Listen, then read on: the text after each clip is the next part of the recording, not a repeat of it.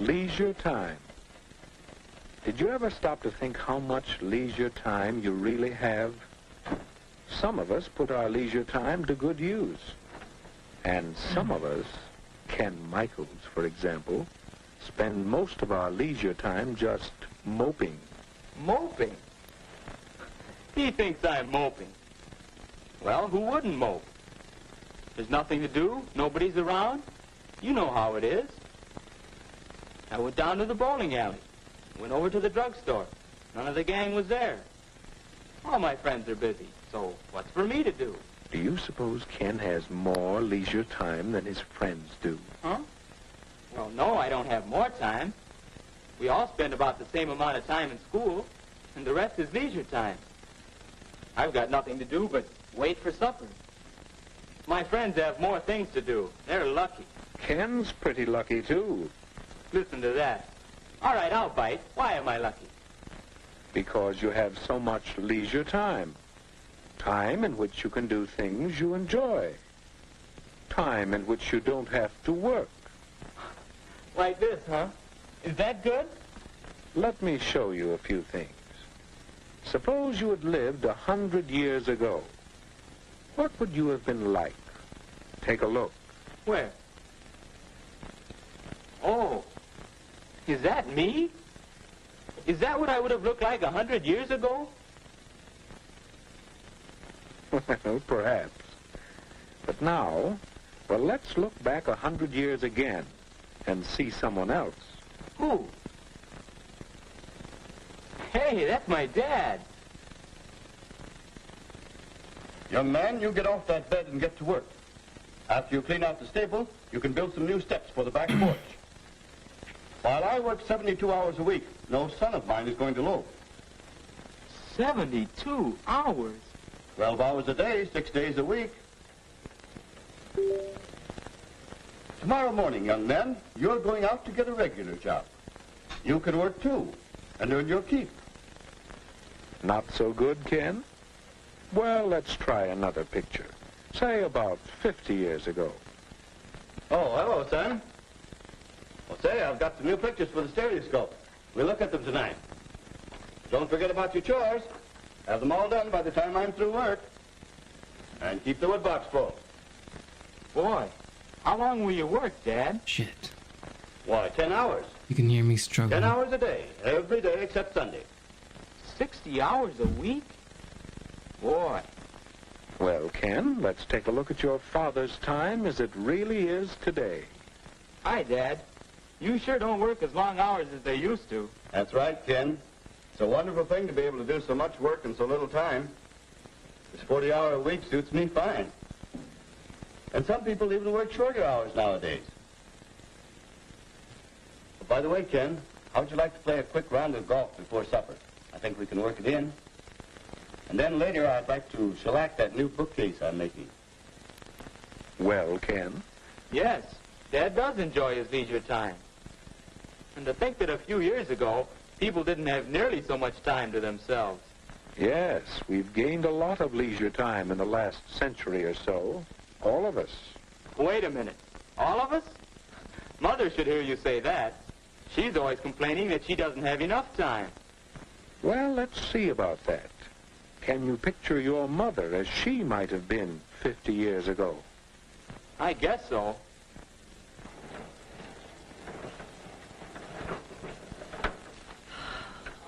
Why, that's hard work. It takes so much time, too. But that's woman's lot in life. Scrub clothes, carry water, bake bread, feed the chickens, till time to go to bed and then get up again to start all over again. I suppose that is women's lot in life, isn't it? You see, Ken? Now, how about today?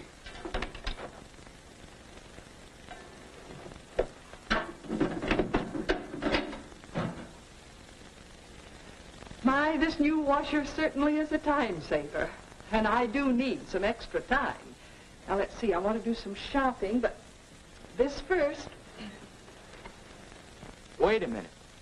This may be easier work, but it still looks like work. Oh, well, I have to plan the program for the Women's Club next month. That's one women's of my club. favorite activities, you know.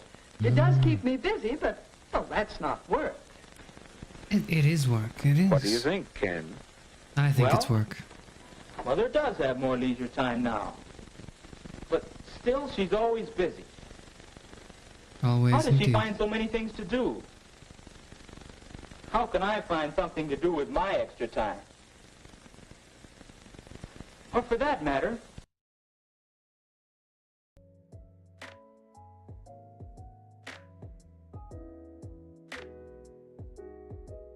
Oysters, eggs. What? What's happening now?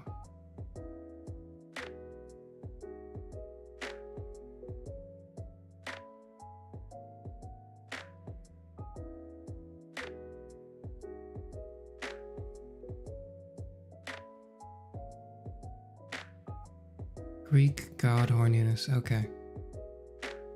Mm-hmm.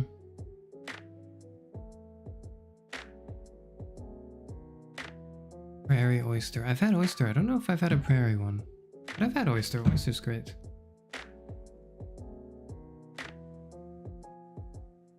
Mm-hmm. No, I wasn't putting my clothes on, no. I have them on. I don't really have them off unless I'm showering. Whatever. But what I don't know why. Okay, whatever.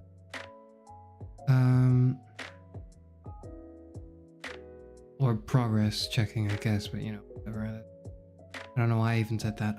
Whatever.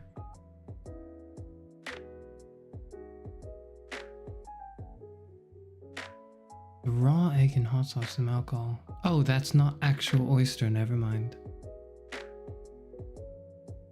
It does sound disgusting, yes.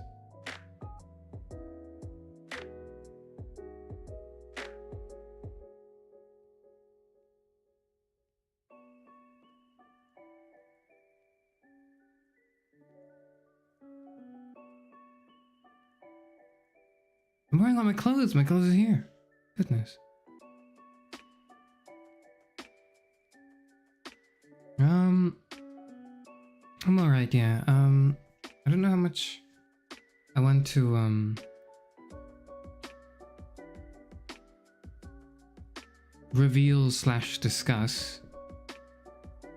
But, all you need to know is, apologies for the delay today. That is a mixture of factors, among which the biggest one is,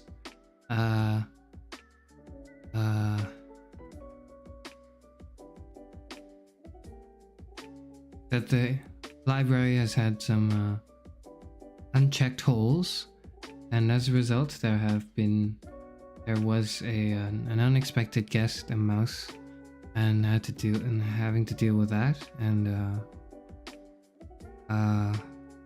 all of the things that followed, including the sleeplessness. So that was a while ago. It is now. I don't have to worry about that. Thank you all for coming. And we're just gonna get into the reading. That was your alcohol. Was your alcohol of the dream? No, I actually. You haven't experienced pain until you've experienced it sober, and by that I mean, I didn't have any alcohol around. I didn't feel like buying any. I just felt like a purchase that was a bit larger than what I was ready for, given my current moment. So I didn't. But I've been instead just scrolling through discussions and reading through stuff. And I have, I think, a bit more of an informed perspective on the 09 discourse than I did yesterday. So yesterday I played the game and I kind of gave my first impressions. I had no idea of the discourse around this. I didn't know anything about the creator. I was not at all engaging with the community. Spent some time with it. And today, yes, I know today's reading stream for Bell Hooks, The Will to Change. But I'm going to today first open with a small discussion. And I think it's relevant to have this discussion too, on the way '09 deals with feminism, or at least the way it portrays certain struggles that are unique to the female perspective, and how that kind of informs a more nuanced reading of both the game, you know, what comes from it, the way, you know, perhaps the community and the fandom are a very small subset of group of people that I will from henceforth refer to as femcels, brackets, quotes, whatever you would like, and of course how that ties into today's reading. Right, so I'm just gonna put the text up briefly. I think it would make sense. Femcels. Go. You can't see it? There it is. Okay. Okay. As far as Storm you have in the background watching me. Nice. You see the video of him bullying an autistic 14-year-old. That was fire. I had read about it. I don't think I had the... I'm going to be a little revealing here, I suppose. I didn't have the heart to watch it. I found it... I read about it. And I know of that as a thing that happened. But I couldn't quite bring myself to watch it because it's the type of thing that I suppose I take very seriously and personally to some degree, right? And so I know of it, but no, I have not seen it. Founding non-mothers. Okay, so I suppose that's a good way to begin the discussion, right? And it's the sort of revelation that every Class of '09 person, like enjoyer, fan, player, like such as myself, I have now gone through this, so I think it's safe to say it. Goes through, has gone through the experience of realizing that the creator is kind of a piece of shit. And what's very interesting is that it's not just that he's a piece of shit in a way that's unrelated to the content present in the works of Class of '09, but that it gives a sort of strange new perspective / reading of this of the game. Because I think if without that prior knowledge, without any knowledge of the creator, certain interpretations are perhaps more charitable than they should be. Certain things may seem intentionally good, but may in fact actually be unintentional. Certain other aspects may not quite correspond, or at least don't seem to correlate with much of an author's intent. And because of that, that makes reading it and understanding it truly a little more difficult.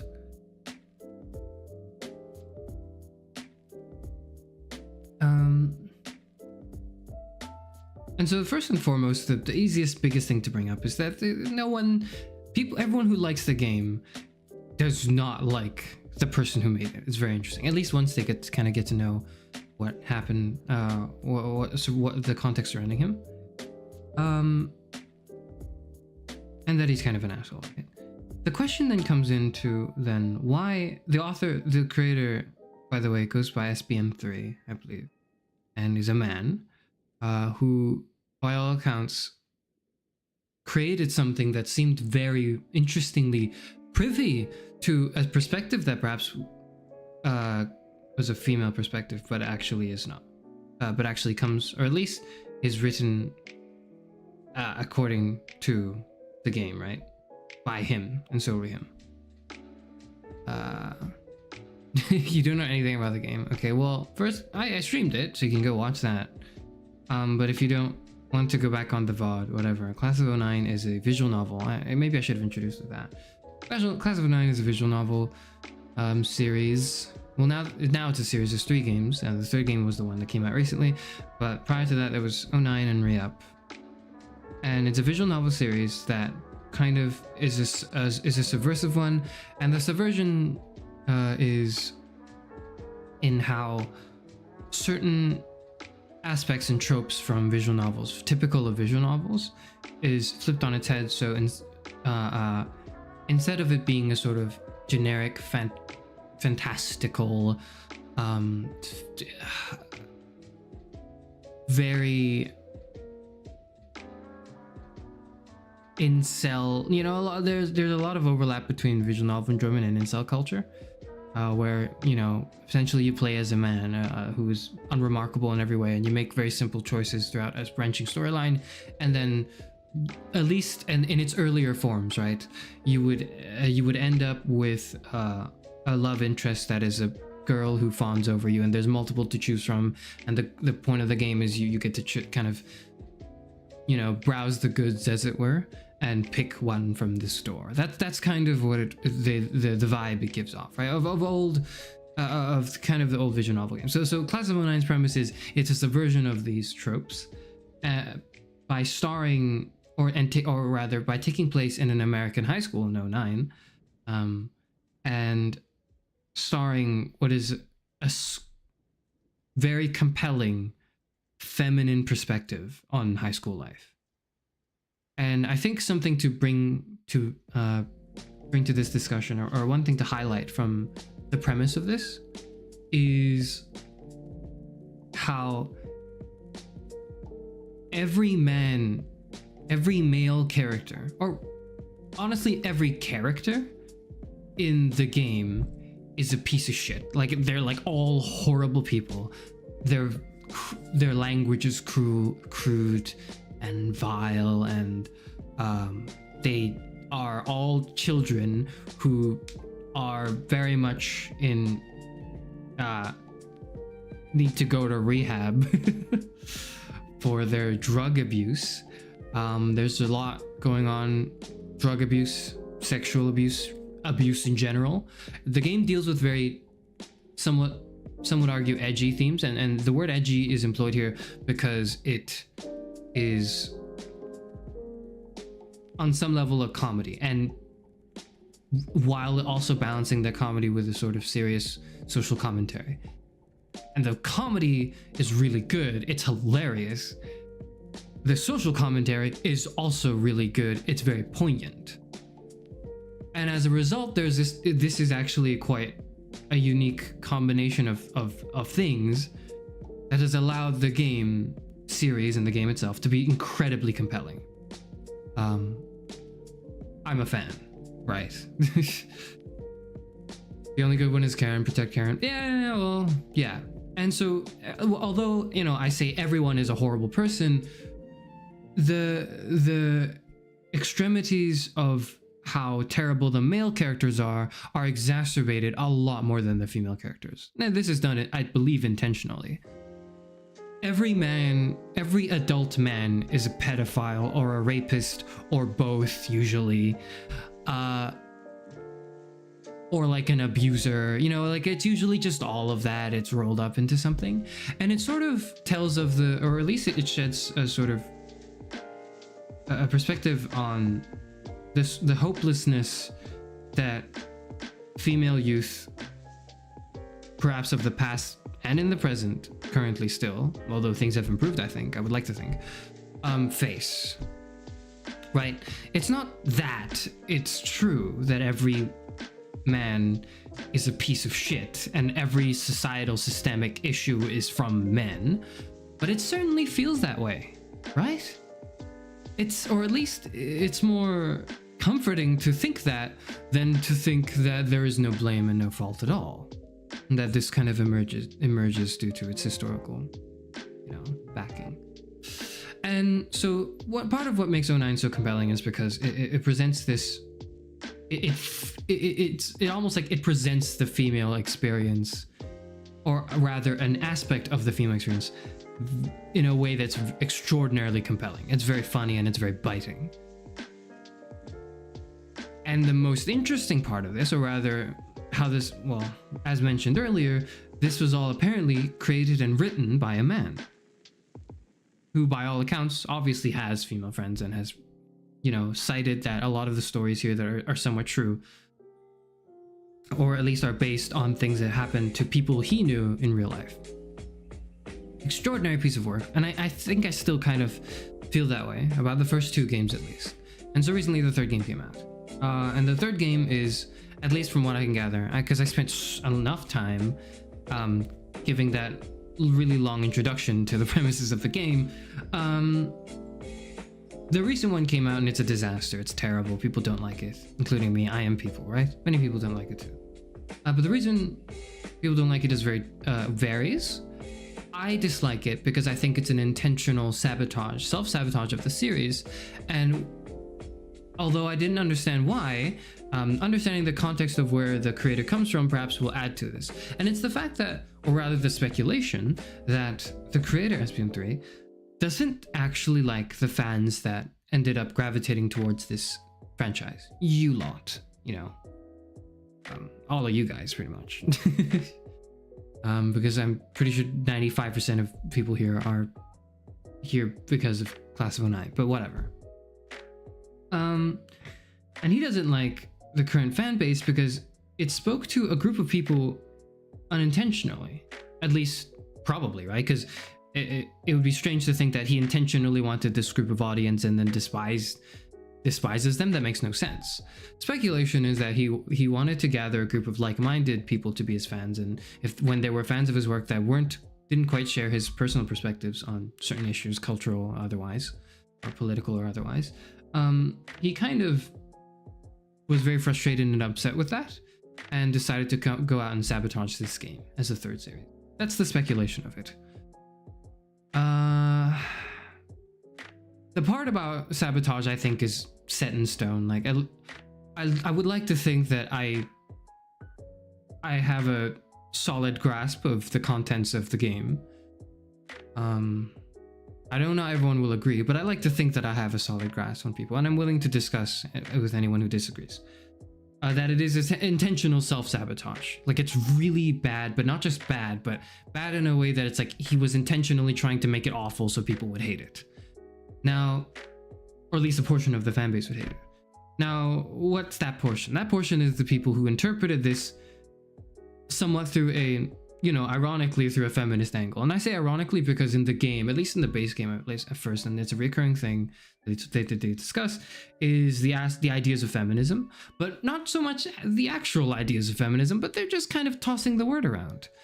And so while this doesn't at all address the core of the intellectual background of feminism, it does in fact speak to the virtue signaling, gesturing, empty bullshit feminism that has been unfortunately rampant in women who are men and women. Well, women first, or women who are lazy thinkers, and as such created and spawned a culture of ignorant men to also have a reactionary response. In other words, bullshit feminism sometimes takes the form of misandry. And misandrist women peddle this misandrist bullshit around, and men overreact and misunderstand this misandry as feminism, and as such blankly criticize, not really even criticizing, just admonish and stave away from actual feminist discourse. And there's and that has created a sort of contemporary cultural divide. It's not really contemporary, but a new wave of a cultural divide between men and women. And now with the emergence of our understanding of the way gender works, NBs, everyone in between. And this is difficult on many levels. But I think the core, what I suspect might be the case in relation to this game, is the fact that this really brutally feminine perspective on what the world feels like, bear in mind, not what it actually is like, but close in that it's what it feels like, has attracted people who perhaps SPM3 might regard as femcels. That is, misandrists who are not quite aware of the way the world works.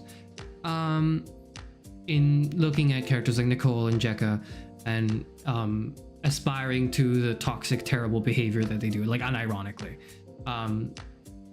In addition to, of course, people who are actually more intellectually aware of the complexities and the nuances that take place in the 09 series of works. And because of that, among other things, he has perhaps tried to sabotage it in the hopes of getting rid of this fan following. My interest, or rather what I think might be an interesting point of discussion, or rather just a nice thing to do for the community, might be perhaps to clear up this femcel ideology. Not me, you know, this isn't, if you'll permit me to a little bit of levity, this isn't me mansplaining what feminism is. Because I learn just as you do from women who are extraordinary thinkers. And today we are reading one of them, and that's Bell Hooks. But the core of it, and all you really need to take away from the premise, or rather the premise of this reading session, is that patriarchy affects men and women, and patriarchy is why the world from a feminine perspective is a large part of the reason why the world from a feminine perspective feels very fucked up. In other words, although Class of 09 depicts perhaps satirically that every man is terrible and the source of all evil, it's more so a prevailing patriarchy that is the case. Of course, not all men are terrible pedophile rapists. I am a man here. There are men in my audience, I'm sure, that are probably fine. There are men in your life that are probably, you know, not that bad. It's an exaggerated telling that, you know, is comedic, and it serves as social commentary, but it's, you know, of course, a work of fiction. And it's not, again, something that you just, once you're aware, oh, it's misandry, you know, oh, just don't do that, it goes away. No. This is something you actively have to fight against and think about consciously, just as much as patriarchy. I suppose, very generally speaking, women have to think a bit more about misandry, and men have to think a bit more about misogyny. A little bit more. And the interesting cross-section of this is that everyone needs to think more about patriarchy, and because of that, everyone needs to think more about feminism. Not bullshit, you know, virtue signaling feminism, not Nicoleism, but actual feminism is very important. It's not just important to women, although maybe it's a little more important because it affects women more personally, but it is important for everyone nonetheless. There we go. That's everything. That's everything I wanted to say, I think. Yeah. Kind of hard not to associate the problems of patriarchal world with men. It's a simple connect the dots logic. I think that's true. I think that, or rather, what's true is that it's very hard not to associate the problems, and I think the problems are associated in masculine behavior, which is found and exhibited in men, and you know, and all. But a useful reminder, or perhaps a useful way to think, is that patriarchy and, you know, toxic masculinity, concepts like this, are perpetuated by men, but also by women. Women also perpetuate these ideas and these values and these things, knowingly or otherwise. That happens. Women contribute to patriarchy too. They perpetuate this nasty cycle too. They're part of it. And it's not to say they, them, you know, these terrible people versus us, the good ones. We all kind of do, right? And we have to actively take steps to avoid perpetuating to this cycle. That's a lot more difficult. In other words, you know, the flow of the world is currently one that's founded on patriarchy. You have to kind of go against the flow. If that, maybe that imagery helps or makes sense. Teenage girls really related to it, as opposed to like 2009 edgy humor dudes live at home. Is that usually popular among teen girls nowadays? Yeah. I mean, sometimes you have thought patterns fall into it. from back in the day. It is, yeah, and it's difficult to reconcile. So it's not easy. This is not an easy task, which is why we're doing tiny steps at a time, reading bell hooks today. That's what we're doing. Seeing a probably being in the audience, how's the generation doing? I checked recently and I think it's still actually around 50-50. Like it's around 49-49. I think I have 2% people who are on either. So I think it's around, like, it's flat equal. Very interesting.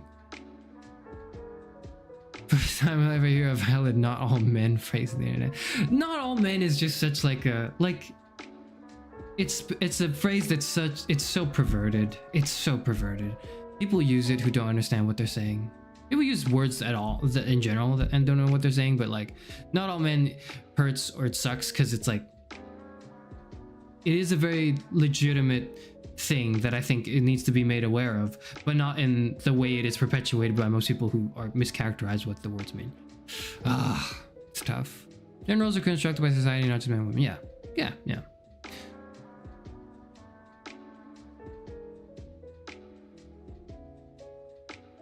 Yeah, there's misandry, there's racial, transphobic stuff. That's like, yeah, it's like, it's hard. Do I say God, I hate men as a generalization if I get an unsolicited dick pic? Yeah, but I do also realize mental health is just as if not important than women's also, yeah. So here's the interesting thing, or rather discourse that I'm open to disagreeing.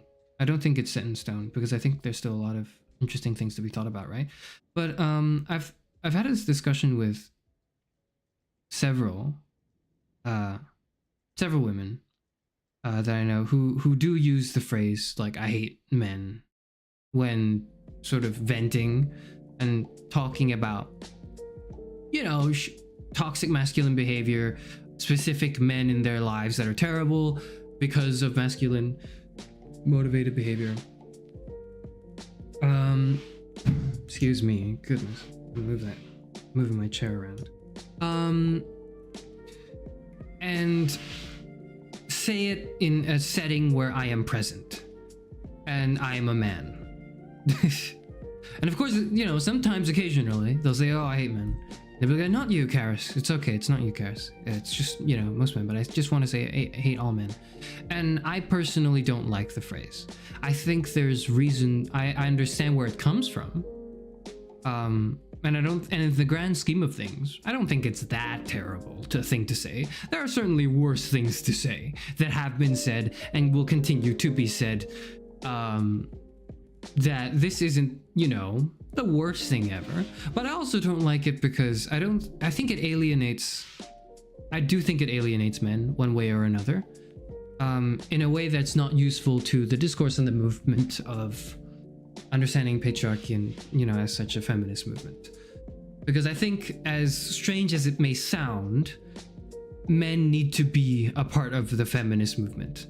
Not because, you know, men are needed for anything to be done or, you know, anything bullshit misogynistic like that. That's not what I mean. What I mean is like, you can't, or at least men are roughly half the population, you know? They're roughly half.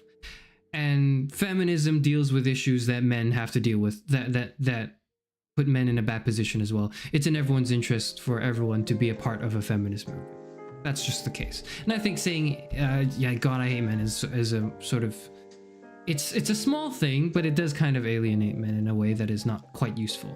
I don't personally think it's the worst thing to say ever, no, but I would try to encourage something else. To express your frustration, but hey, that is something I'm willing to concede on. It's not a point I think that's as well thought out as everything I said thus far. It's more of an intuition. Turf stuff, yep. Transphobic stuff in the feminist movement use sense of misandry, yep.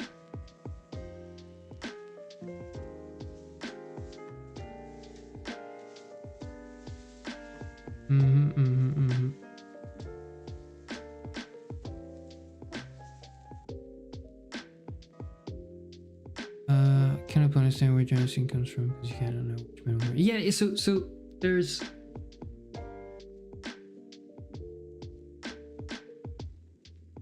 I can see where it comes from. This is what I'll say. Yeah.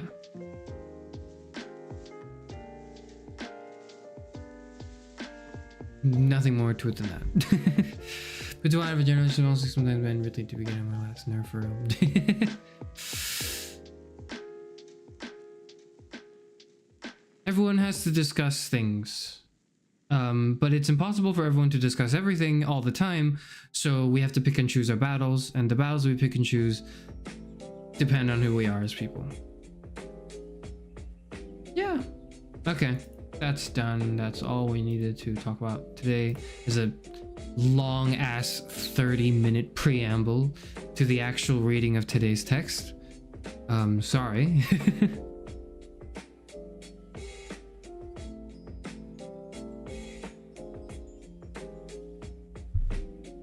But what I will say is feminist literature might help those people, might be interesting to people who enjoyed Class of '09 a lot, if you haven't already been familiarized with it. Or even if you have.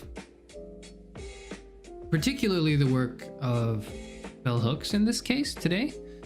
There's a few reasons, but the main one is because I think I picked this specific one because a good chunk of it is actually bell hooks talking about the struggles of men under patriarchy.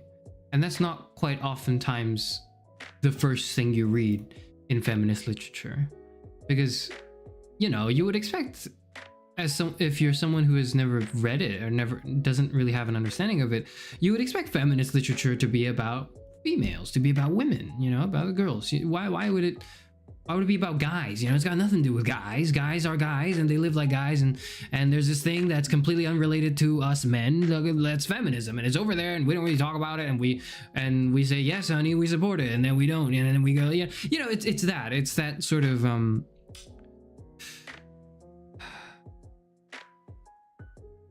lack of understanding permeating the discourse and just of anything, but also specifically Class of '09, that has motivated me today to do this particular reading. Bell Hooks is a pen name.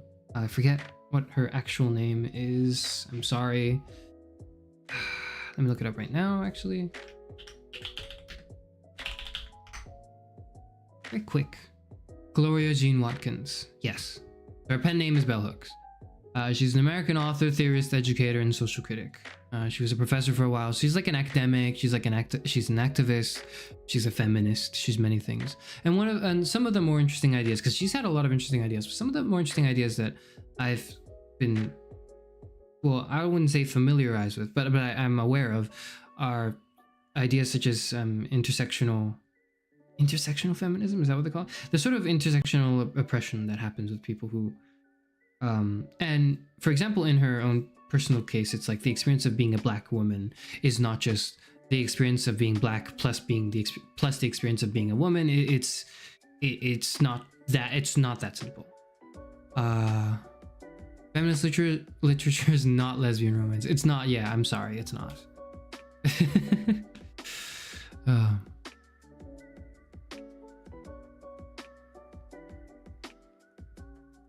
Lesbian romance can be feminist literature, though.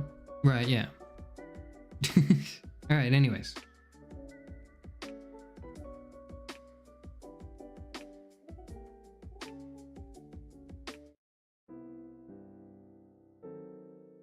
That's not there. Why is it not there? There it is. Wonderful. Okay. Sorry for the wait. Extended delay of the stream, really. But here is a reading, an initial reading, probably going to cover the first few chapters of The Will to Change, Men, Masculinity, and Love by Bell Hooks.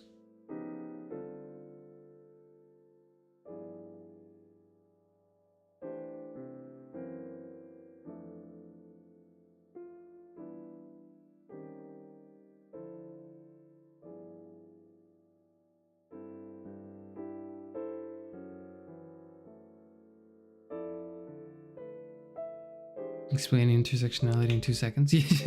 I'm sorry I couldn't.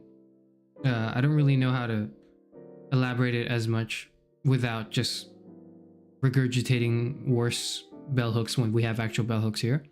but it's essentially that, yeah.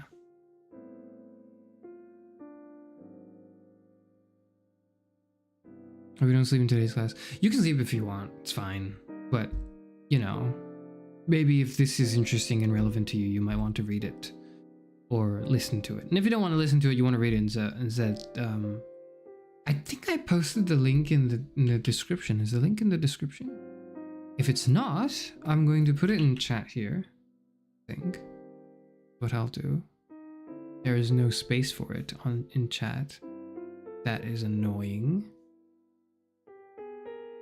Okay, I'm going to put it in the description later.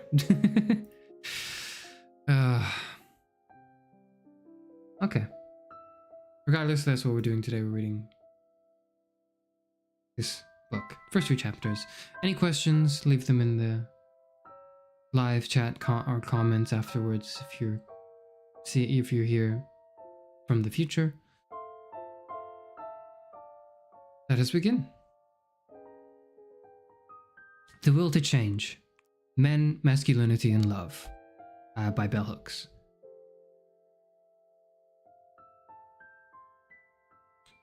There's a list of other things from Bell Hooks. Give them a read, whichever fancies your interest. There we go. Alchemically transforming lead into true gold, men are given the opportunity to burn, to be touched by an inner fire, to live a life of substance, to be changed utterly.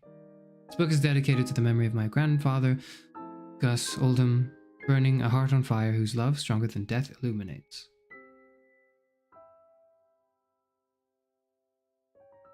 In our rapidly changing society, we can count on only 2 things that will never change.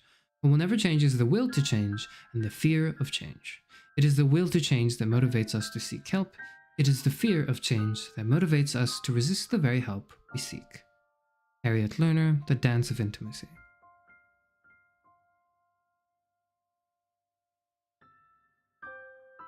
Preface about men. When Phyllis Chesler's book about men was first published more than 10 years ago, I was excited. At last, I thought, then, a feminist thinker will explain this mystery, men. Back then, I had never shared with anyone the feelings I had about men. I had not been able to confess that not only did I not understand men, I feared them. Chesler, with her usual take no prisoners daring, I was certain, would not simply name this fear, explain it. She would do much more. She would make men real to me. Men would become people I could talk to, work with, love. Her book was disappointing, filled with quotes from numerous sources, newspaper clippings of male violence. It offered bits and pieces of information. There was little or no explanation, no interpretation. From that time on, I began to think that women were afraid to speak openly about men, afraid to explore deeply our connections to them, what we have witnessed as daughters, sisters, grandmothers, mothers, aunts, lovers, occasional sex objects, and afraid even to acknowledge our own ignorance. How much we really do not know about men. All that we do not know intensifies our sense of fear and threat. And certainly to know men only in relation to male violence, to the violence inflicted upon women and children, is a partial, inadequate knowing.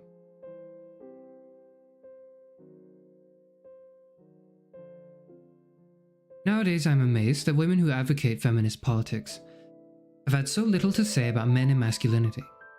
Within the early writings of radical feminism, anger, rage, and even hatred of men was voiced, yet there was no meaningful attempt to offer ways to resolve these feelings, to imagine a culture of reconciliation where women and men might meet and find common ground.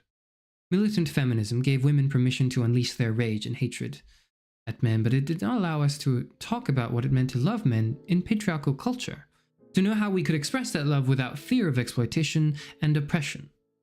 Before her death, Barbara Deming was among those rare outspoken feminist thinkers who wanted to create a space for women to talk openly about our feelings about men, articulating her concern that the wellspring of female fury at men was making it impossible for women to express any other feelings than their sense that men are hopeless. She stated, "It scares me that more and more women are coming to feel this way, to feel that men, as an entire gender, are hopeless."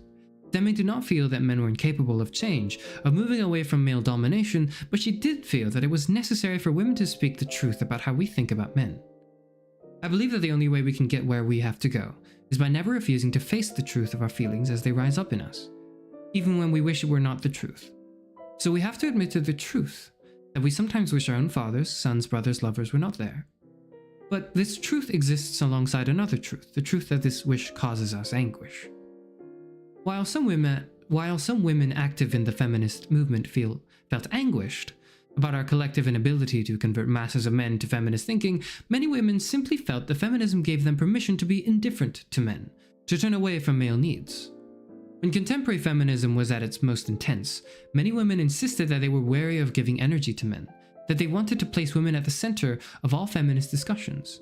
Feminist thinkers like myself who wanted to include men in the discussion were usually labeled male-identified and dismissed. We were sleeping with the enemy.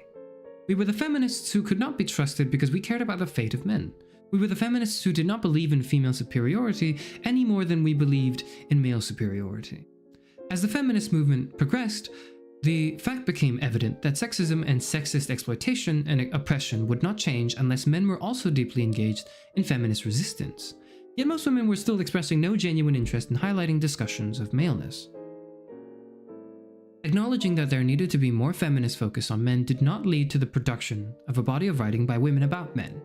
The lack of such writing intensifies my sense that women cannot fully talk about men because we have been so well socialized in patriarchal culture to be silent on the subject of men. But more than silenced, we have been socialized to be the keepers of grave and serious secrets, especially those that could reveal the everyday strategies of male domination, how male power is enacted and maintained in our private lives. Indeed, even the radical feminist labeling of all men as oppressors and all women as victims was a way to deflect attention away from the reality of men and our ignorance about them. To simply label them as oppressors and dismiss them meant we had never had to give voice to the gaps in our understanding or to talk about maleness in complex ways. We did not have to talk about the ways our fear of men distorted our perspectives and blocked our understanding. Hating men was just another way to not take men and masculinity seriously. It was simply easier for feminist women to talk about challenging and changing patriarchy than it was for us to talk about men. What we knew and did not know about the ways we wanted men to change. Better to just express our desire to have men disappear, to see them dead and gone.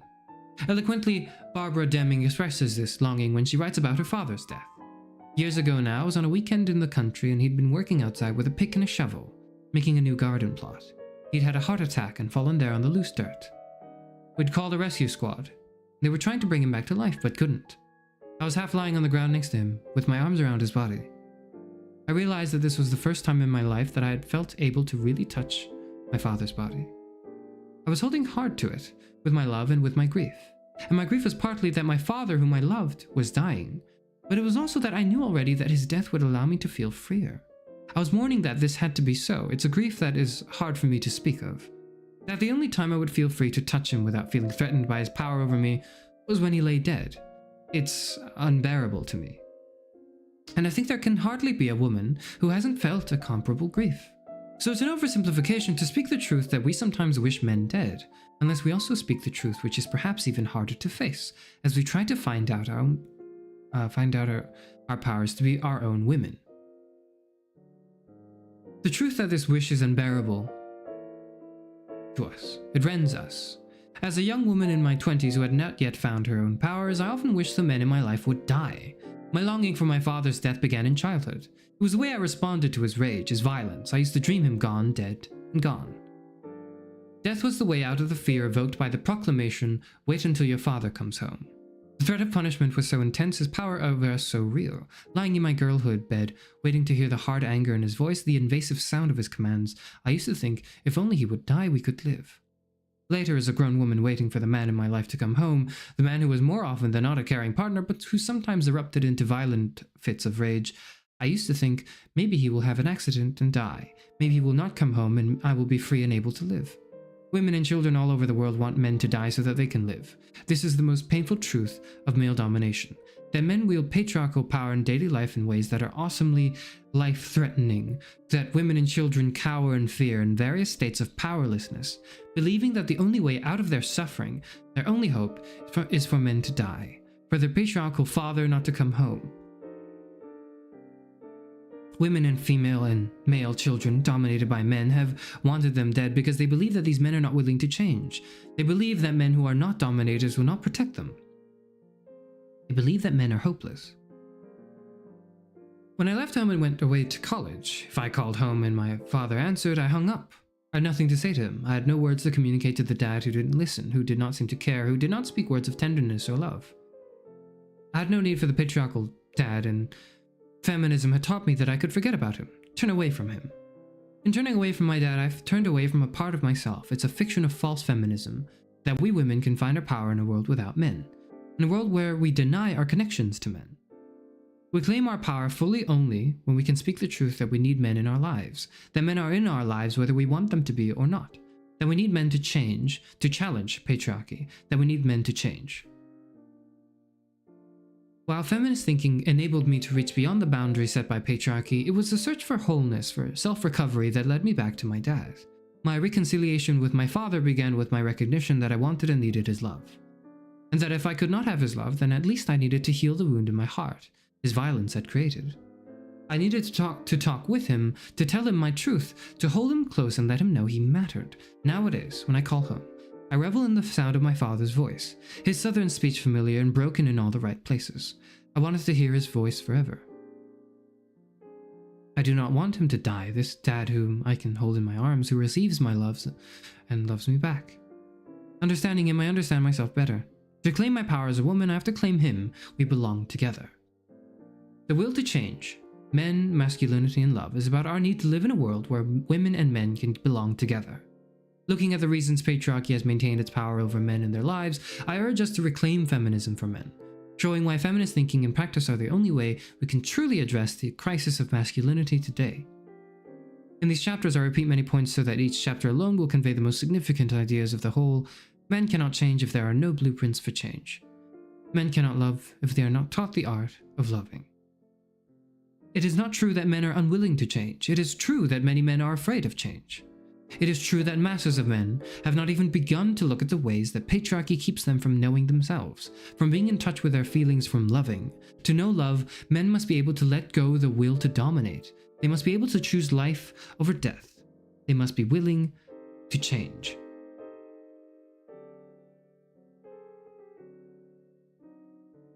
Okay, that was a preface. Should be fairly straightforward. This is more contemporary writing.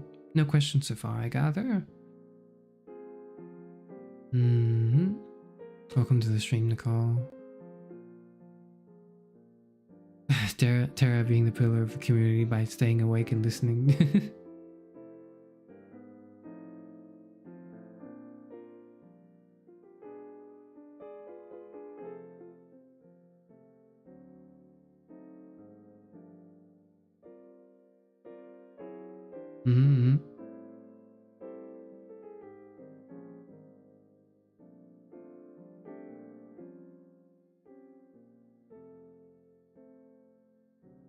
Welcome, French fry. I hope you enjoy your stay.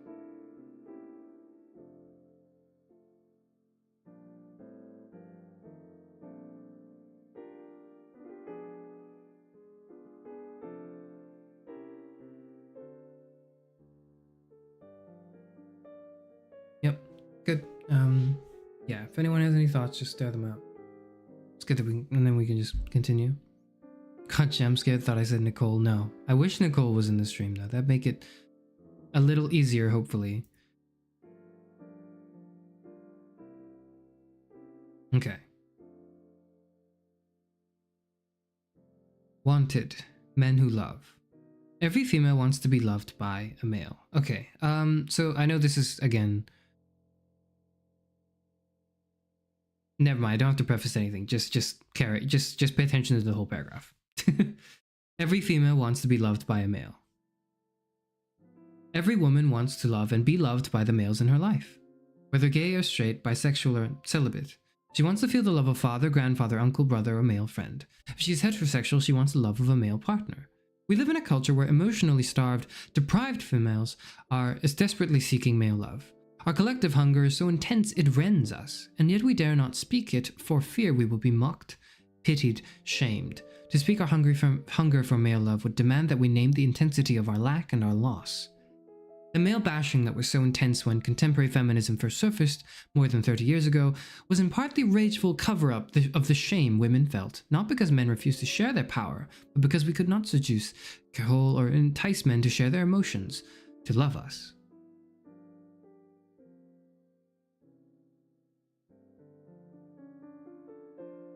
By claiming that they wanted the power men had, man-hating feminists, who were by no means the majority, covertly proclaimed that they too wanted to be rewarded for being out of touch with their feelings, for being unable to love. Men in patriarchal culture responded to feminist demand for greater equity in the work world and in the sexual world by making room by sharing the spheres of power. The place where most men refused to change, believed themselves unable to change, was in their emotional lives. Not even for the love and respect of liberated women were men willing to come to the table of love as equal partners ready to share the feast. No one hungers for male love more than the little girl or boy who rightfully needs and seeks love from dad. He may be absent, dead, present in body, yet emotionally not there. But the girl or boy hungers to be acknowledged, recognized, respected, cared for. All around our nation, a billboard carries this message. Each night, millions of kids go to sleep starving for attention from their dads. Because patriarchal culture has already taught girls and boys that dad's love is more valuable than mother love. It is unlikely that maternal affection will heal the lack of fatherly love. No wonder then that these girls and boys grow up angry with men, angry that they have been denied the love they need to feel whole, worthy, and accepted. Heterosexual girls and homosexual boys can and do become the women and men who make romantic bonds the place where they quest to find no male love. But that quest is rarely satisfied. Usually rage, grief, and unrelenting disappointment lead women and men to close off the part of themselves that was hoping to be touched and healed by male love. They learn then to settle for whatever positive attention men are able to give. They learn to overvalue it. They learn to pretend that it is love. They learn how not to speak the truth about men in love. They learn to live the lie. As a child, I hungered for the love of my dad. I wanted him to notice me, to give me his attention and his affections. When I could not get him to notice me by being good and dutiful, I was willing to risk punishment to be bad enough, to catch his gaze, to hold it, and to bear the weight of his heavy hand. I longed for those hands to hold shelter and protect me, to touch me with tenderness and care, but I accepted that this would never be. I knew at age 5 that those hands would acknowledge me only when they were bringing me pain, that if I could accept that pain and hold it close, I could be daddy's girl. I could make him proud, not alone. So many of us have felt that we could win male love by showing we were willing to bear the pain, that we were willing to live our lives affirming that the maleness deemed truly manly because it withholds, withdraws, refuses is the maleness we desire. We learn to love men more because they will not love us. If they dared to love us in patriarchal culture, they would cease to be real men.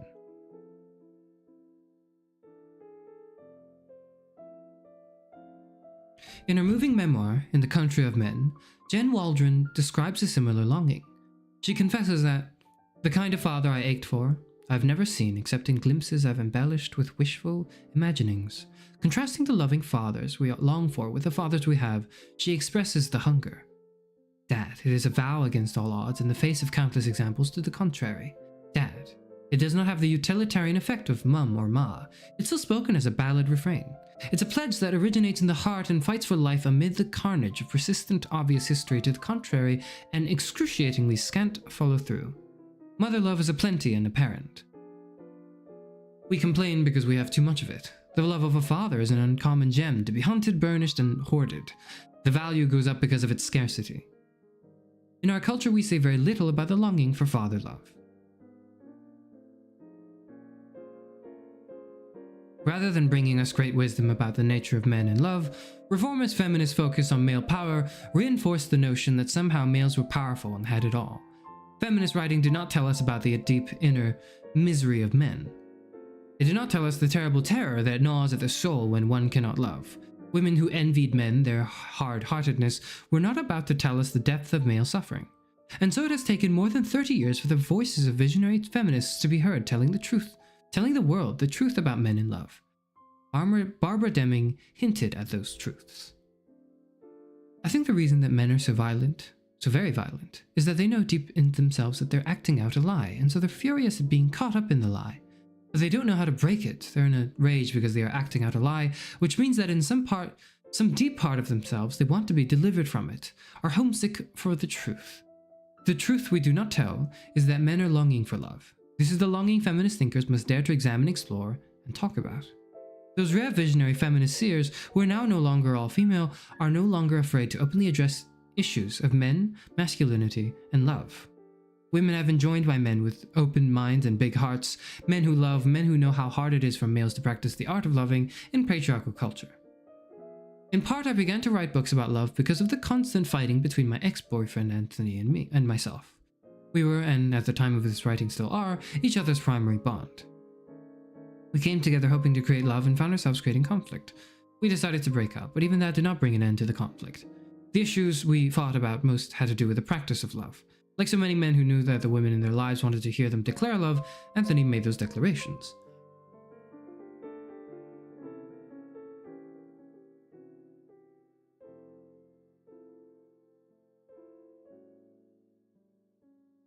When asked to link the I love you words with definition and practice, he found that he did not really have the words, that he was fundamentally uncomfortable being asked to talk about emotions.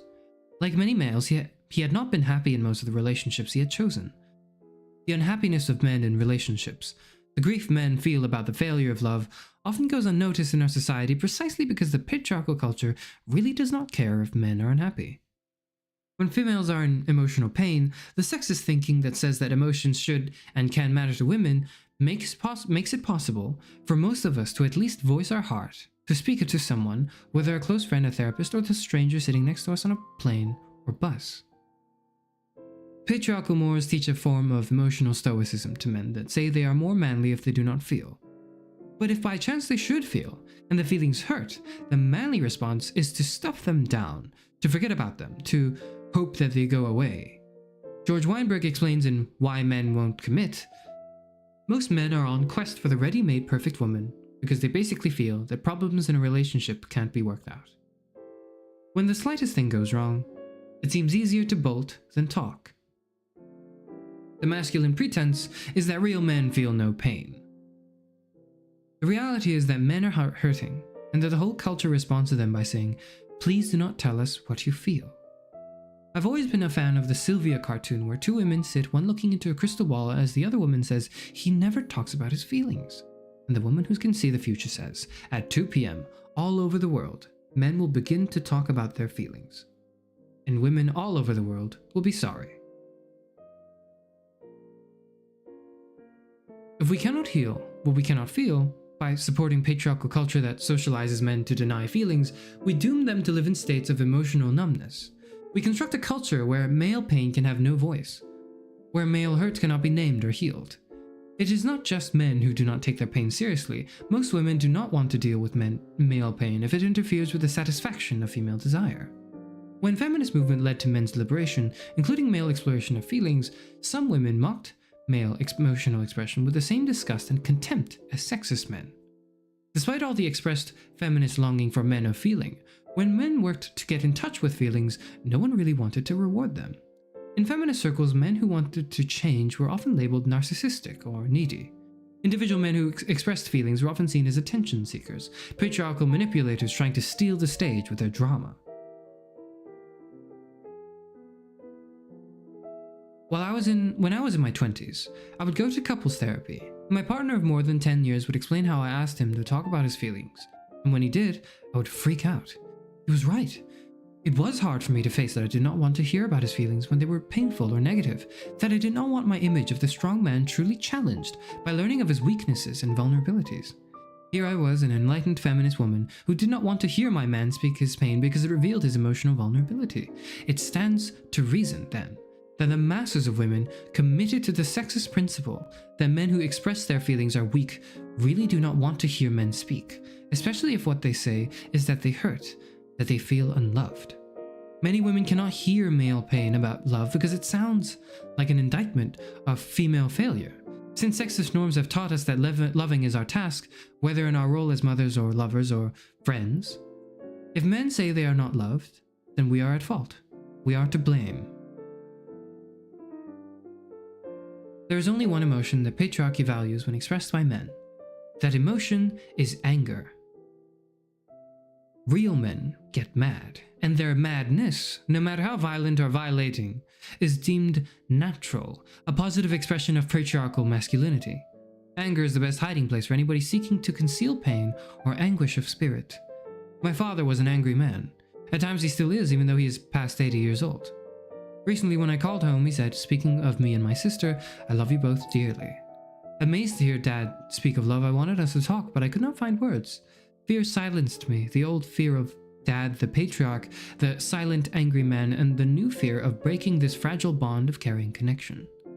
So I could not ask, "What do you mean, Dad, when you tell me that you love me dearly?" In the chapter focusing on our search for loving men, in Communion, the female search for love, I make this observation. Lots of women fear men. And fear can lay the foundation for contempt and hatred, and can be a cover-up for repressed killing rage. Fear keeps us away from love, and yet women rarely talk to men about how much we fear them. My siblings and I have never talked with Dad about the years he held us hostage, imprisoning us behind the walls of his patriarchal terrorism. And even in our adult years, we're still afraid to ask him, "Why, Daddy? Why were you always so angry? Why didn't you love us?" In those powerful passages where she writes of her father's death, Barbara Deming names that fear. As death is swiftly taking him beyond her reach, she sees clearly that fear had kept him away from her all along. His fear of her being too close, and her fear of seeking to be close to him. Fear keeps us from being close to the men in our lives. It keeps us from love. Once upon a time, I thought it was a female thing, this fear of men. Yet when I began to talk with men about love, time and time again I heard stories of male fear of other males.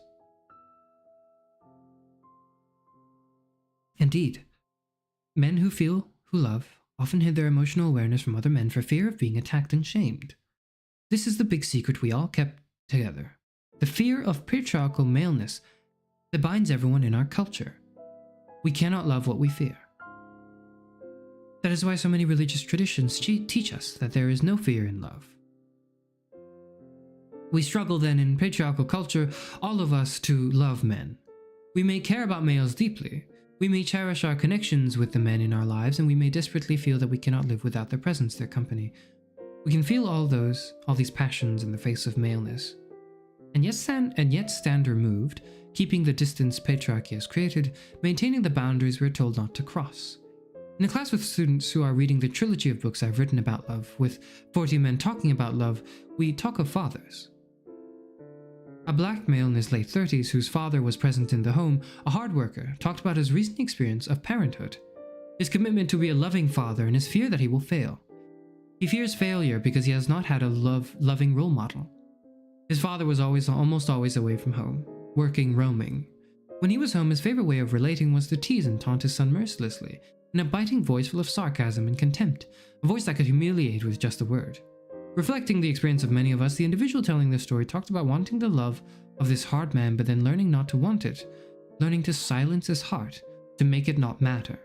I asked him and the other men present, if you have closed off your heart, shut down your emotional awareness, then do you know how to love your sons?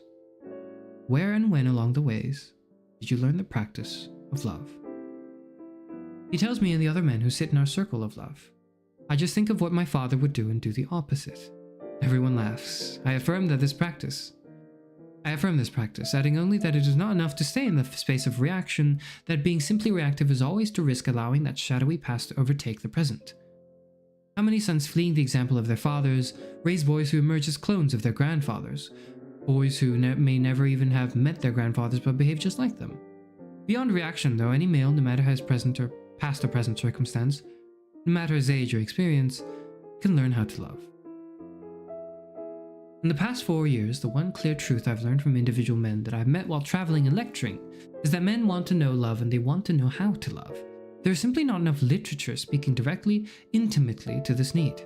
After writing a general book about love, then one specifically about black people in love, then another focusing on the female search for love, I wanted to go further and talk about men and love. Women and men alike in our culture spend very little time encouraging males to learn to love. Even the women who are pissed off at men. Women most of whom are not and maybe never will be feminist, use their anger to avoid being truly committed to helping to create a world where males of all ages can know love.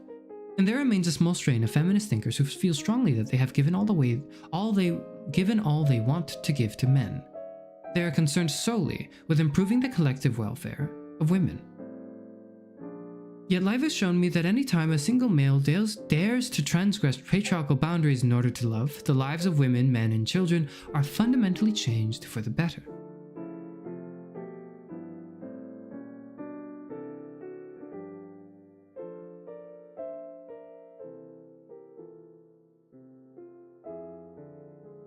Every day on our television screens and in our nation's newspapers, we are brought news of continued male violence at home and all around the world. When we hear that teenage boys are arming themselves and killing their parents, their peers, or strangers, a sense of alarm permeates our culture. Folks want to have answers. They want to know, why is this happening?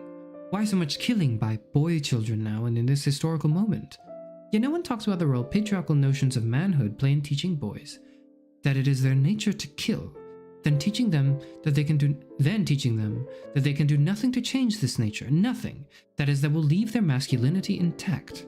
As our culture prepares males to embrace war, they must all be more indoctrinated into patriarchal thinking that tells them that it is their nature to kill and to enjoy killing. Bombarded by news about male violence, we hear no news about men in love. Only a revolution of values in our nation will end male violence, and that revolution will necessarily be based on a love ethic. To create loving men, we must love males. Loving maleness is different from praising and rewarding males for living up to sexist-defined notions of male identity. Caring about men because of what they do for us is not the same as loving males for simply being. When we love maleness, we extend our love whether males are performing or not. Performance is different from simply being. In patriarchal culture, males are not allowed to simply be who they are and to glory in their unique identity. Their value is always determined by what they do. In an anti-patriarchal culture, males do not have to prove their value and worth. They know from birth that simply being gives them value, the right to be cherished and loved. A right about men in love is a declaration of profound gratitude to the males in my life with whom I do the work of love. Much of my thinking about maleness began in childhood when I witnessed the differences in the ways my brother and I were treated. The standards used to judge his behavior were much harsher. No male successfully measures up to patriarchal standards without engaging in an ongoing practice of self-betrayal. In his boyhood, my brother, like so many boys, just longed to express himself. He did not want to conform to a rigid script of appropriate maleness. As a consequence, he was scorned and ridiculed by our patriarchal dad. In his younger years, our brother was a loving presence in our household, capable of expressing emotions of wonder and delight. As patriarchal thinking and action claimed him in adolescence, he learned to mask his feelings, his loving feelings. He entered that space of alienation and antisocial behavior deemed natural for adolescent boys. His 6 sisters witnessed the change in him and mourned the loss of our connection. The damage done to his self-esteem in boyhood has lingered throughout his life, where he continues to grapple with the issue of whether he will define himself or allow himself to be defined by patriarchal standards. At the same time that my brother surrendered his emotional awareness and his capacity to make emotional connection in order to be accepted as one of the boys, rejecting the company of his sisters for fear that enjoying us made him less male, my mother's father, Daddy Gus, found it easier to be disloyal to patriarchy in old age. He was the man in my childhood who practiced the art of loving. He was emotionally aware and emotionally present, and yet he was also trapped by a patriarchal bond. Our grandmother, his wife of more than 60 years, was always deeply invested in the dominator model of relationships. To macho men, Daddy Gus, Mama's father, appeared to be less than masculine. He was seen as henpecked. I can remember our patriarchal father expressing contempt for Daddy Gus, calling him weak and letting Mama know via domination that he would not be ruled by a woman. Dad took Mama's admiration for her dad, for his capacity to love, and made it appear that what was precious to her was really worthless. Back then, Mama did not know how lucky she was to have a loving father. Like so many females, she had been seduced by myths of romantic love to dream of a strong, domineering, take-control, dashing, and daring man as a suitable mate. She married her ideal only to find herself trapped in a bond with a punishing, cruel, unloving, patriarchal man. She spent more than 40 years of marriage believing in the patriarchal gender roles that told her he should be the one in control and that she should be the one to submit and obey. When patriarchal men are not cruel, the women in their lives can cling to the seductive myth that they are lucky to have a real man, a benevolent patriarch who provides and protects. When that real man is repeatedly cruel, when he responds to care and kindness with contempt and brutal disregard, the woman in his life begins to see him differently. She may begin to interrogate her own allegiance to patriarchal thinking. She may wake up and recognize that she is wedded to abuse, that she is not loved. That moment of awakening is the moment of heartbreak. Heartbroken women in long-time marriages or partnerships rarely leave their men. They learn to make an identity out of their suffering, their complaint, their bitterness. Throughout our childhood, Mama was the great defender of Dad. He was her knight in shining armor, her beloved. And even when she began to see him, to really see him, as he was and not as she had longed for him to be, she still taught us to admire him and be grateful for his presence, his material provision, his discipline. A 50s woman, she was willing to cling to the fantasy of the patriarchal ideal even as she confronted the brutal reality of patriarchal domination daily.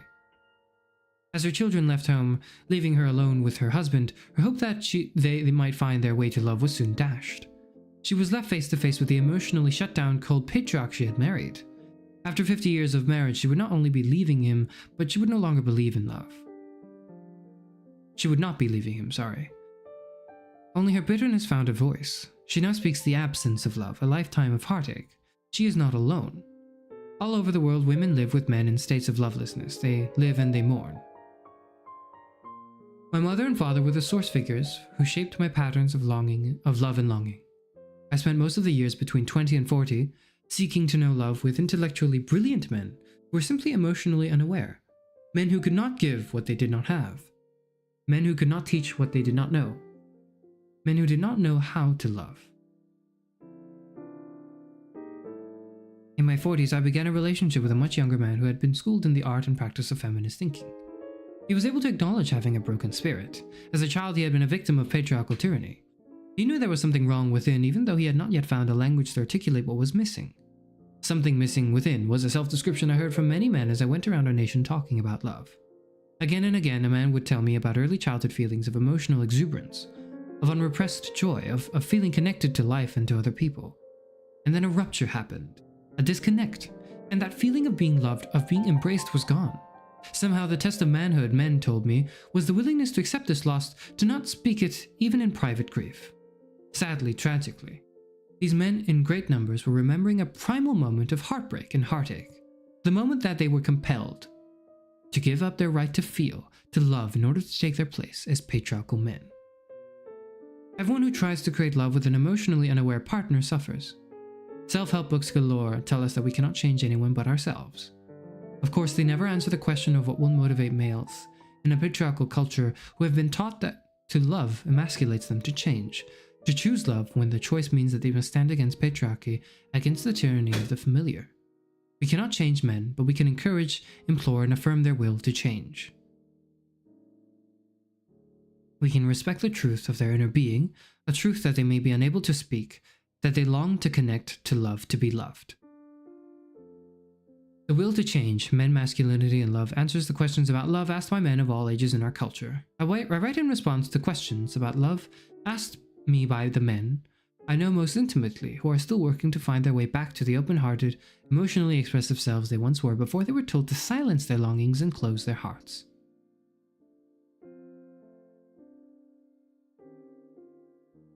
The will to change is the offering I bring to the feast of male reclamation and recovery of self, of their emotional right to love and be loved. Women have believed that we could save the men in our lives by giving them love, that this love would serve as the cure for all the wounds inflicted by toxic assaults on their emotional systems, by the emotional heart attacks they undergo every day. Women can share in this healing process. We can guide, instruct, observe, share information and skills, but we cannot do for boys and men what they must do for themselves. Our love helps, but it alone does not save boys or men. Ultimately, boys and men save themselves when they learn the art of loving.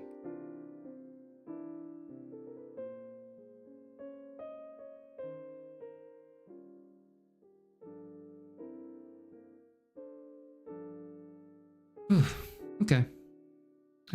Questions so far? No. Seems like everyone understands what's going on. Hello, Nemo Strange. Welcome to the stream. I would have said 20 minutes ago if I had seen it 20 minutes ago, but I didn't, so sorry. But I saw it now, so welcome to the stream. I actually developed trauma from playing Class 1 and the Flipside. Not exactly trauma. That's a heavy word. I wouldn't use the word trauma. I will say, however, that the Flipside was not at all what I wanted from a sequel to the first two games that I really enjoyed. And as part of the coping, I have turned to feminist literature.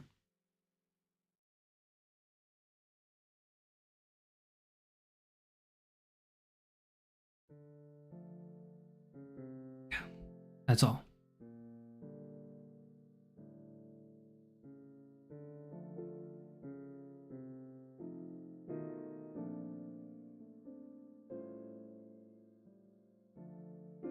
The game made me do some big thinking. I mean, yeah, it did. As many things do, as many things should, and as should they you. Think more, you know? Stop and think. Alright. So chapter 1 was, I mean, they had she had a preface. Okay, this is, this is an annotated copy. We can just ignore this. We can just ignore that. This is a book you can buy. It's also a book you can look up by typing PDF at the back of your search and find a copy immediately. And that's what I did. Do I believe in pirating books?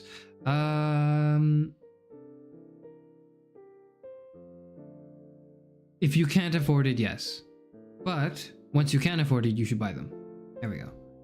Anyways, yes. So, Wanted Men Who Love. This is a good introduction to, you know, the main themes of it: men, masculinity, and love. I think some of the anecdotes might have been resonant with people here, or maybe not. I know it was somewhat resonant with me, at least, at the very least. I understood in some sense of the word what it meant by men going through a phase where they have to shut their heart down and stop loving. And I think I'm rather thankful that I wasn't very good at shutting it down.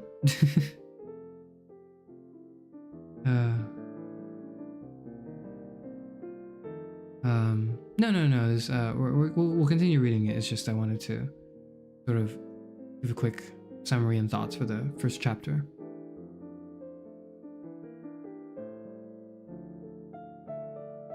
I would say that men would tell me about early childhood feelings of emotional exuberance, of unrepressed joy, of feeling connected to life and to other people, and then a rupture happened to disconnect. So that rupture, I understand.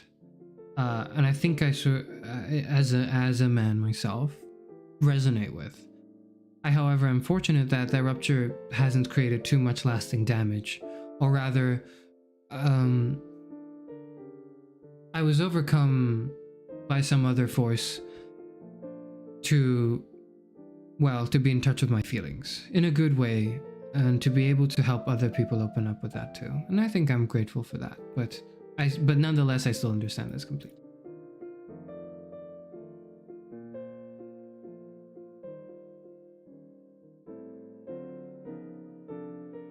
Yeah, some things about the morality of limiting culture behind a paywall. So I'm just gonna say that in the ideal way, which I don't know if is possible, broad philosophical construct, right? My ideal, if I had to do a little bit of a tweak and not an overall large systematic change to the culture of, well, not even the culture, but basic economic principles, I'd like it if it was possible to obtain that product first and then pay for it later. At one's convenience. Of course, that's not how it works. That's not how it can work. But I enjoy personally the idea that of pirating books, reading them, really enjoying them, and then buying them. That I really like that. I really like that idea. Now, am I encouraging piracy and taking away money from, authors who need that to make a living. No, no, no. You should buy the books and support the authors who do it in the same way you should buy games and support the developers who create them. But maybe it'd be better if you could, try it first and then refund, or rather try it first and then purchase rather than rely on shaky ideas of refunding. And this is totally not because I played Class of 09 the Flipside yesterday. Nope. Anyways, that's chapter 1. Okay. Again, if there's any questions or anything, just ask them and I'll get to them.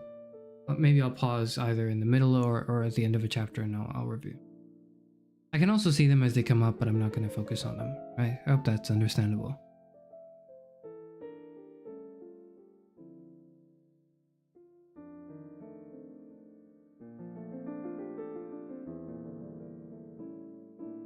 Understanding patriarchy. Patriarchy is the single most life-threatening social disease assaulting the male body and spirit of our nation. Yet most men do not use the word patriarchy in everyday life. Most men never think about patriarchy, what it means, how it is created and sustained. Many men in our nation would not be able to spell the word or pronounce it correctly. Just a side note here. I sometimes struggle to spell patriarchy. It is what it is. The word patriarchy just is not a part of their normal everyday thought or speech. Men who have heard and know the word usually associate it with women's liberation, with feminism, and therefore dismiss it as irrelevant to their own experiences. I've been standing at podiums talking about patriarchy for more than 30 years. It is a word I use daily, and men who hear me use it often ask me what I mean by it. Nothing discounts the old anti-feminist projection of men as all-powerful more than their basic ignorance of a major facet of the political system that shapes and informs male identity and sense of self from birth until death.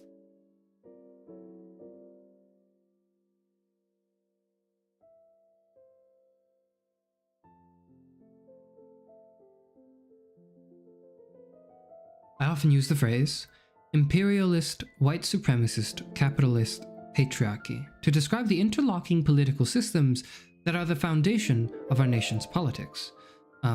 Again, side note too, I suppose, just quick comment here. Bell Hooks is an American academic and author and feminist and activist.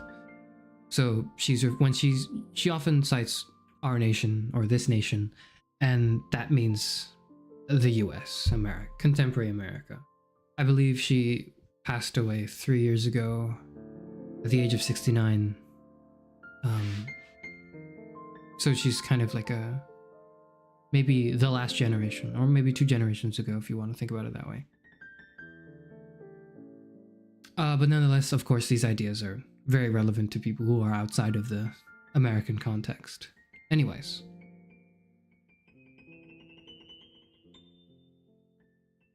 Of these systems, the one that we all learn the most about growing up is the system of patriarchy, even if we never know the word, because patriarchal gender roles are assigned to us as children, and we are given continual guidance about the ways we can best fulfill these roles.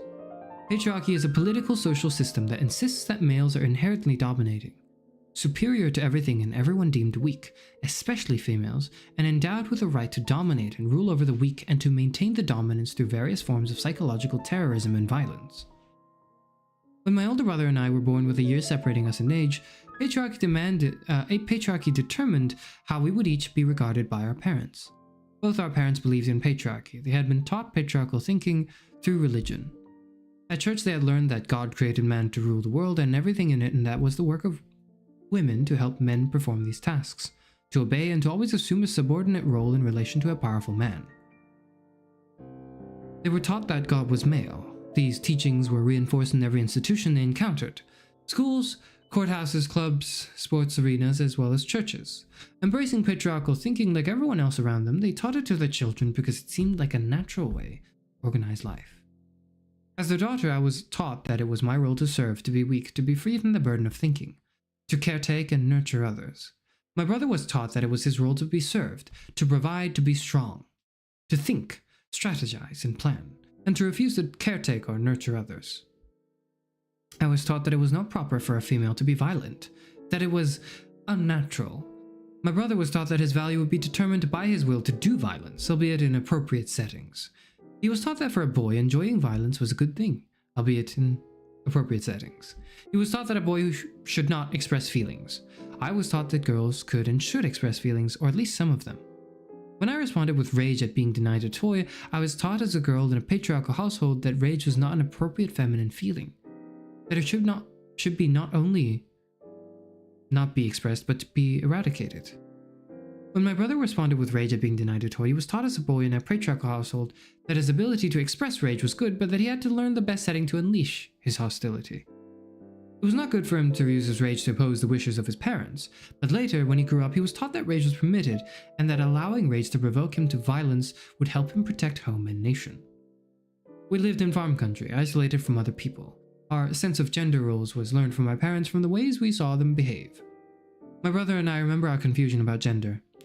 In reality, I was stronger and more violent than my brother, which we learned quickly was bad, and he was a gentle, peaceful boy, which we learned was really bad. Although we were often confused, we knew one fact for certain. We could not be and act the way we wanted to, doing what we felt like. It was clear to us that our behavior had to follow a predetermined gendered script. We both learned the word patriarchy in our adult life. When we learned that the script that had determined what we should be, the identities we should make, was based on patriarchal values and beliefs about gender. I was always more interested in challenging patriarchy than my brother because it was the system that was always leaving me out of things that I wanted to be a part of. In our family life of the 50s, marbles were a boys' game. My brother had inherited his marbles from men in the family. He had a tin box to keep them in. All sizes and shapes, marvelously colored, they were to my eye the most beautiful objects. We played together with them, often with me aggressively clinging to the marbles I liked best, refusing to share. When Dad was at work, our stay-at-home mom was quite content to see us playing marbles together, yet Dad, looking at our play from a patriarchal perspective, was disturbed by what he saw. His daughter, aggressive and competitive, was a better player than his son. His son was passive. The boy did not really deem to care who won and was willing to give over the marbles on demand. Dad decided that his play had to end, and both my brother and I needed to learn a lesson about appropriate gender roles. One evening, my brother was given permission by Dad to bring out the tin of marbles. I announced my desire to play and was told by my brother that girls do not play with marbles, that it was a boys' game. This made no sense to my 4 or 5-year-old mind, and I insisted on my right to play by picking up marbles and shooting them. Dad intervened to tell me to stop. I did not listen. His voice grew louder and louder. Then suddenly he snatched me up, broke a board from our screen door, and began to beat me with it, telling me, "You're just a little girl. When I tell you to do something, I mean for you to do it." He beat me and he beat me, wanting me to acknowledge that I understood what I had done. His rage, his violence, captured everyone's attention. Our family sat spellbound, wrapped before the pornography of patriarchal violence. After this beating, I was banished, forced to stay alone in the dark. Mama came into the bedroom to soothe the pain, telling me in her soft, southern voice, "Tried to warn you. You need to accept that you are just a little girl and girls can't do what boys do." In service to patriarchy, her task was to reinforce that Dad had done the right thing by putting me in my place, by restoring the natural social order. I remember this traumatic event so well because it was a story told again and again within our family. No one cared that the constant retelling might trigger post-traumatic stress. The retelling was necessary to reinforce both the message and the remembered state of absolute powerlessness. The recollection of this brutal whipping of a little girl daughter by a big strong man served as more than just a reminder to me of my gendered place. It was a reminder to everyone watching, remembering to all my siblings, male and female, and to our grown woman mother that our patriarchal father was the ruler in our household. We were to remember that if we did not obey his rules, we would be punished even unto death. This is the way we were experientially schooled in the art of patriarchy. There is nothing unique or even exceptional about this experience. Listening to the voices of wounded grown children raised in patriarchal homes, and you will hear different versions with the same underlying theme: the use of violence to reinforce our indoctrination and acceptance of patriarchy. In How Can I Get Through to You?, family therapist Terence Real tells how his sons were initiated into patriarchal thinking even as their parents worked to create a loving home in which anti-patriarchal values prevailed. He tells of how his young son Alexander enjoyed dressing as Barbie until boys playing with his older brother witnessed his Barbie persona and let him know by their gaze and their shock. and the shocked, disapproving silence that his behavior was unacceptable. Without a shred of malevolence, the stare of my son received transmitted a message. You are not to do this, and the medium that message was broadcast in was a potent emotion. Shame. At 3, Alexander was learning the rules. A 10-second wordless transaction was powerful enough to dissuade my son from that instant forward from what had been a favorite activity. I call such moments of induction the normal traumatization of boys.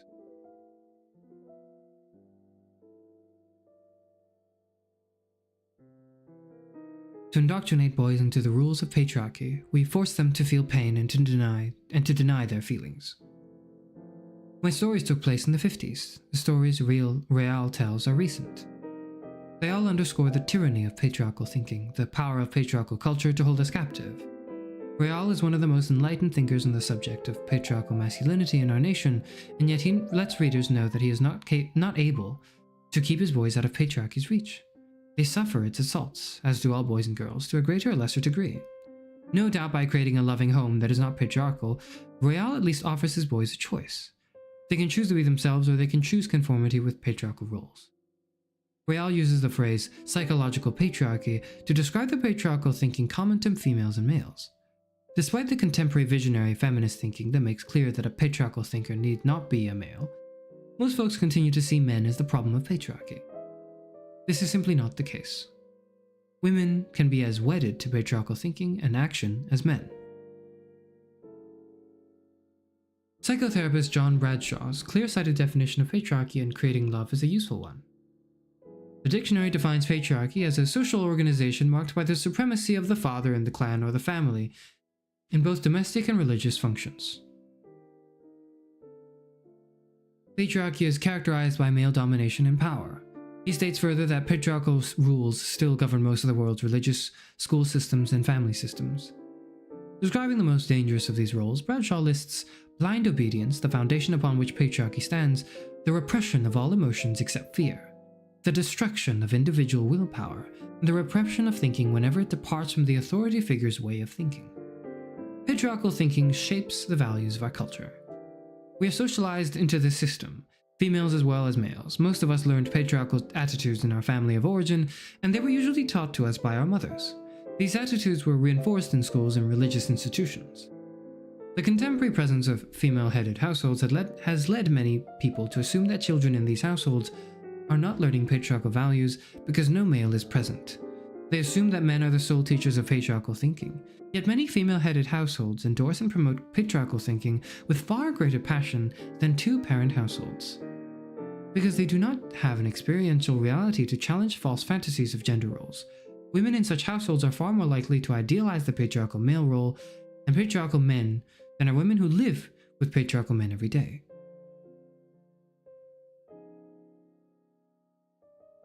We need to highlight the role women play in perpetuating and sustaining patriarchal culture so that we will recognize patriarchy as a system women and men support equally, even if men receive more rewards from that system. Dismantling and changing patriarchal culture is work that men and women must do together. Clearly, we cannot dismantle a system as long as we engage in collective denial about its impact on our lives. Patriarchy requires male dominance by any means necessary, hence it supports, promotes, and condones sexist violence. We hear the most about sexist violence in public discourses about rape and abuse by domestic partners. But the most common forms of patriarchal violence are those that take place in the home between patriarchal parents and children. The point of such violence is usually to reinforce a dominator model, in which the authority figure is deemed ruler over those without power and given the right to maintain that rule through practices of subjugation, subordination, and submission. Keeping males and females from telling the truth about what happens to them in families is one way patriarchal culture is maintained. A great majority of individuals enforce an unspoken rule in the culture as a whole that demands we keep the secrets of patriarchy, thereby protecting the rule of the father. This rule of silence is upheld when the culture refuses everyone easy access even to the word patriarchy. Most children do not learn what to call the system of institutionalized gender roles, so rarely do we name it in everyday speech. The silence promotes denial, and how can we organize to challenge and change a system that cannot be named? It is no accident that feminists began to use the word patriarchy to replace the more commonly used male chauvinism and sexism. These courageous voices wanted men and women to become more aware of the way patriarchy affects us all. In popular culture, the word itself was hardly used during the heyday of contemporary feminism. Anti-male activists were no more eager than their sexist male counterparts to emphasize the system of patriarchy and the way it works. For to do so would have automatically exposed the notion that men were all powerful and women powerless, that all men were oppressive and women always and only victims. By placing the blame for the perpetuation of sexism only on men, these women could maintain their own allegiance to patriarchy, their own lust for power. They masked their longing to be dominators by taking on the mantle of victimhood. Quick comment here, just in between it. I hope I don't do this too much, or rather, I hope you don't mind me doing this too much. But this bit about placing the blame for the perpetuation of sexism solely on men, so they can maintain their allegiance to this system of patriarchy, because they just want to flip the roles the other way around and be the ones with power instead. That is, while not characterized here in this literature and in her thoughts as misandry, I personally like to think of it as misandry. It makes things a little easier to understand. Right? Essentially, they go into the guise of, they're the type of people that say misogyny is bad, but don't understand that it's bad because it's oppressive, only that they're being oppressed, or they believe they are the only ones being oppressed. And rather than just eliminating that oppression, they just wanted to be the oppressor instead. That's misandry. So, alright. That's someone else's notes. Let's not look at that. Okay, let's carry on. Like many visionary radical feminists, I challenge the misguided notion put forward by women who were simply fed up with male exploitation and oppression that men were the enemy. As early as 1984, I included a chapter with the title, Men, Comrades in Struggle, in my book Feminist Theory from Margin to Center, urging advocates of feminist politics to challenge any rhetoric which placed the sole blame for perpetuating patriarchy and male domination onto men. Separatist ideology encourages women to ignore the negative impact of sexism on male personhood. It stresses polarization between the sexes. According to Joy Justice, separatists believe that there are two basic perspectives on the issue of naming the victims of sexism. There is the perspective that men oppress women, and there is the perspective that people are people.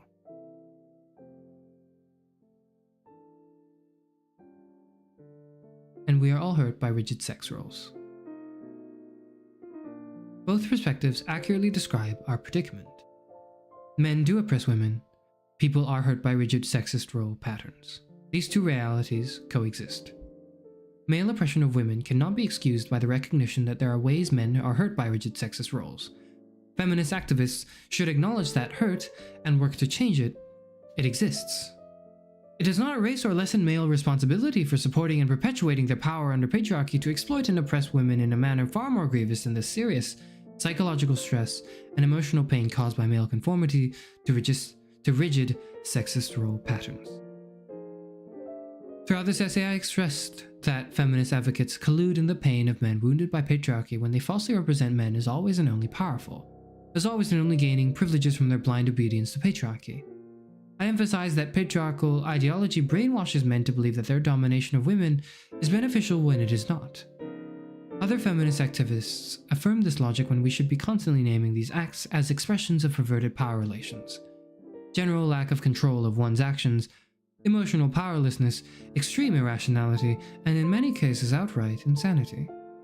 Passive male absorption of sexist ideology enables men to falsely interpret this disturbed behavior positively. As long as men are brainwashed to equate violent domination and abuse of women with privilege, they will have no understanding of the damage done to themselves or to others and no motivation to change. Patriarchy demands of men that they become and remain emotional cripples. Since it is a system that denies men full access to their freedom of will, it is difficult for any man of any class to rebel against patriarchy, to be disloyal to the patriarchal parent, be that parent female or male. The man who has been my primary bond for more than 12 years was traumatized by the patriarchal dynamics in his family of origin. When I met him, he was in his 20s. While his formative years had been spent in the company of a violent alcoholic dad, his circumstances changed when he was 12 and he began to live alone with his mother. In the early years of our relationship, he talked openly about his hostility and rage towards his abusing dad. He was not interested in forgiving him or understanding the circumstances that had shaped and influenced his dad's life, either in his childhood or in his working life as a military man. In the early years of our relationship, he was extremely critical of male domination of women and children. Although he did not use the word patriarchy, he understood its meaning and opposed it. His gentle, quiet manner often led folks to ignore him, counting him among the weak and powerless. By the age of 30, he began to assume a more macho persona, embracing the dominator model that he had once criticized. Donning the mantle of patriarch, he gained greater respect and visibility. More women were drawn to him. He was noticed more in public spheres, his criticism of male domination ceased, and indeed he began to mouth patriarchal rhetoric, saying the kind of sexist stuff that would have appalled him in the past. These changes in his thinking and behavior were triggered by his desire to be accepted and affirmed in a patriarchal workplace and rationalized by his desire to get ahead. His story is not unusual. Boys brutalized and victimized by patriarchy more often than not become patriarchal, embodying the abusive patriarchal masculinity that they once clearly recognized as evil. Few men, brutally abused as boys in the name of patriarchal maleness, courageously resist the brainwashing and remain true to themselves. Most males conform to patriarchy in one way or another.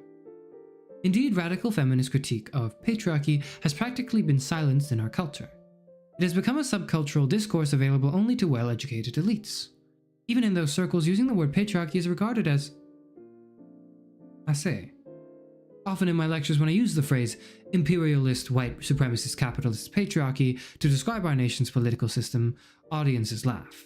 No one has ever explained why accurately naming the system is funny. The laughter is itself a weapon of patriarchal terrorism. It functions as a disclaimer, discounting the significance of what is being named. It suggests that the words themselves are problematic and not the system they describe. I interpret this laughter as the audience's way of showing discomfort with being asked to ally themselves with an anti-patriarchal, disobedient critique. This laughter reminds me, that if I dare to challenge the patriarchy openly, I risk not being taken seriously. Citizens in this nation fear challenging patriarchy even as they lack overt awareness that they are fearful. So deeply embedded in our collective unconscious are the rules of patriarchy. I often tell audiences that if we were to go door to door asking if we should end male violence against women, most people would give their unequivocal support. Then if you had told them that we can only stop male violence against women by ending male domination, by eradicating patriarchy, they would begin to hesitate, to change their position. Despite the many gains of contemporary feminist movement, greater equality for women in the workplace, more tolerance for the relinquishing of rigid gender roles, patriarchy as a system remains intact, and many people continue to believe that it is needed if humans are to survive as a species. This belief seems ironic, given that patriarchal methods of organizing nations, especially the insistence on violence as a means of social control, has actually led to the slaughter of millions of people on the planet.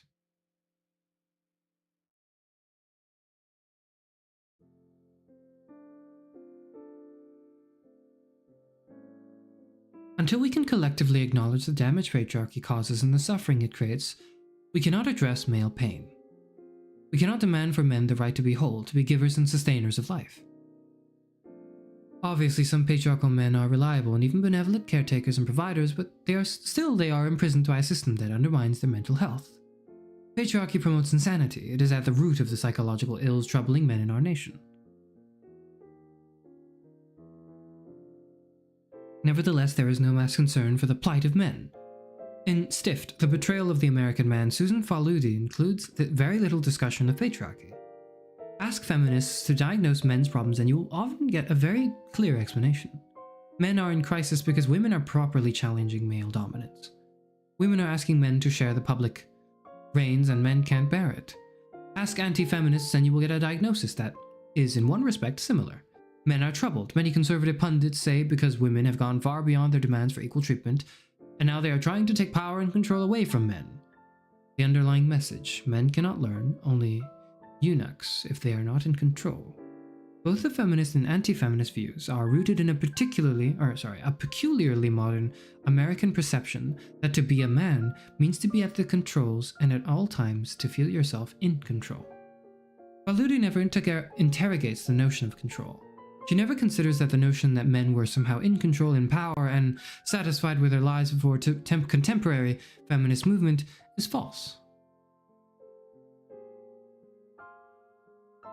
Patriarchy as a system has denied males access to full emotional well-being, which is not the same as feeling rewarded, successful, or powerful because of one's capacity to assert control over others. To truly address male pain and male crisis, we must as a nation be willing to expose the harsh reality that patriarchy has damaged men in the past and continues to damage them in the present. If patriarchy were truly rewarding to men, the violence and addiction in family life that is also so all-pervasive would not exist. This violence was not created by feminism. If patriarchy were rewarding, the overwhelming dissatisfaction most men feel in their work lives, a dissatisfaction extensively documented in the works of Studs Terkel and echoed in Faludi's treatise, would not exist. In many ways, Stift was yet another betrayal of American men, because Faludi spends so much time trying not to challenge patriarchy that she fails to highlight the necessity of ending patriarchy if we are to liberate men. Rather, she writes, "Instead of wondering why men resist women's struggles for a freer and healthier life, I began to wonder why men refrain from engaging in their own struggle. Why, despite a crescendo of random tantrums, have they offered no methodical reasoned response to their predicament? Given the untenable and insulting nature of the demands placed on men to prove themselves in our culture, why don't men revolt? Why haven't men responded to the series of betrayals in their own lives, to the failures of their fathers to make good on their promises with something co-equal to feminism?"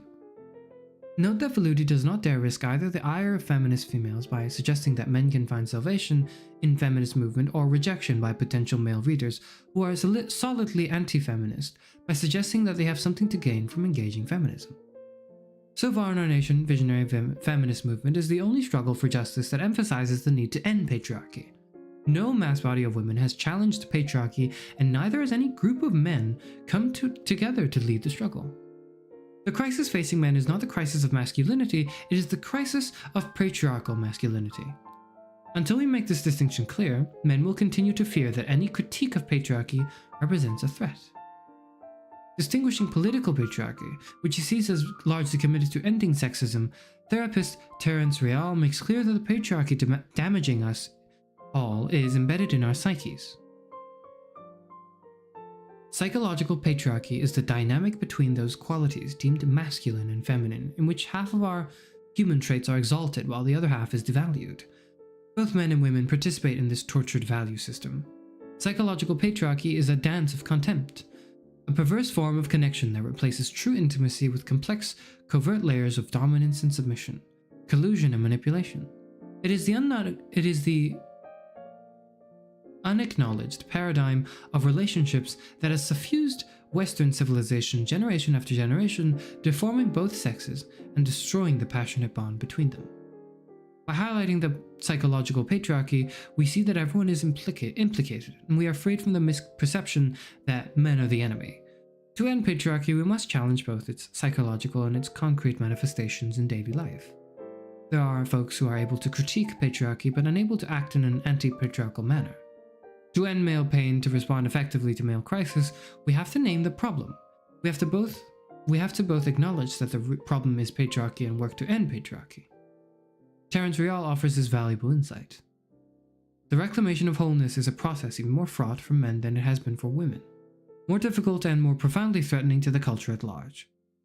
If men are to reclaim the essential goodness of male being, they are to regain the space of open-heartedness and emotional expressiveness that is the foundation of well-being. We must envision alternatives to patriarchal masculinity.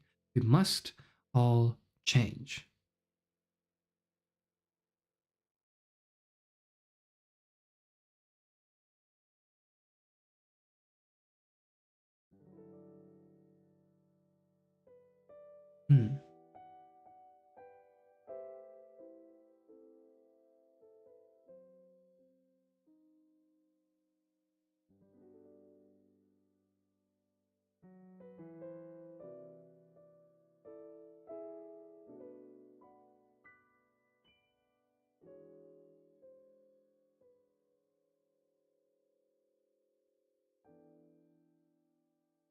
Okay.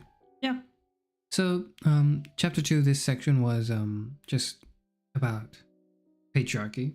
Kind of just a further, more detailed explanation of what it is exactly. And I sort of, when I was going into the stream in the introduction, neglected or forgot to actually spend the time explaining what that means. I didn't do that. I kind of just used the word, and as if you were all aware of what I was speaking of, and apologize if that made things confusing. But there is probably a better clarification now through this chapter, and I hope that, you know, reading this now, it makes more sense what I was saying earlier in the introduction. Okay, let's see.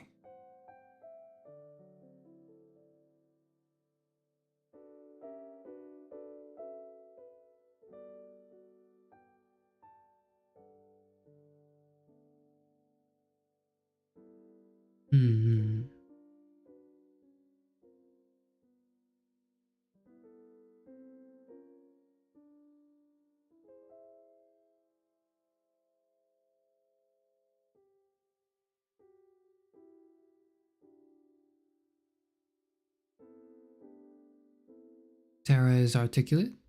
Yeah, he's quite articulate.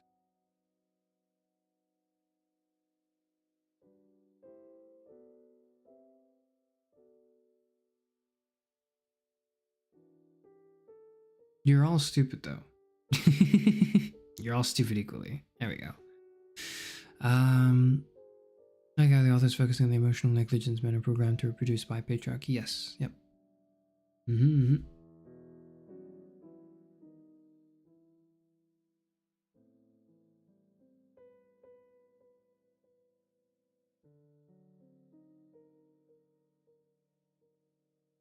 Love sounds like an important focus on bell hooks. Yeah. It's definitely more. It's a focus in her works. Yes. I think this work doesn't focus entirely, or rather, this work focuses on love and like male love specifically. So it's kind of that subsection.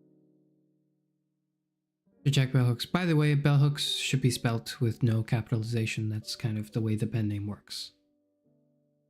So it's not like capital B bell and then capital H hooks. No. It's a pen name first of all, and second of all, you don't capitalize it.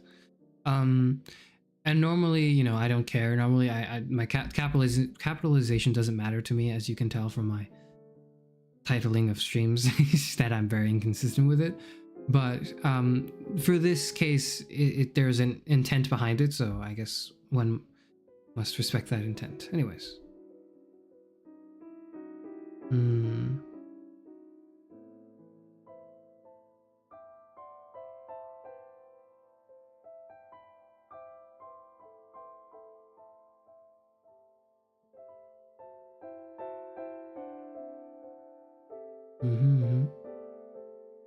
Okay, you're speaking in Spanish. You guys are speaking in Spanish now. I've forgotten all of my Spanish. Yo no hablo español, so I'm just not gonna read that.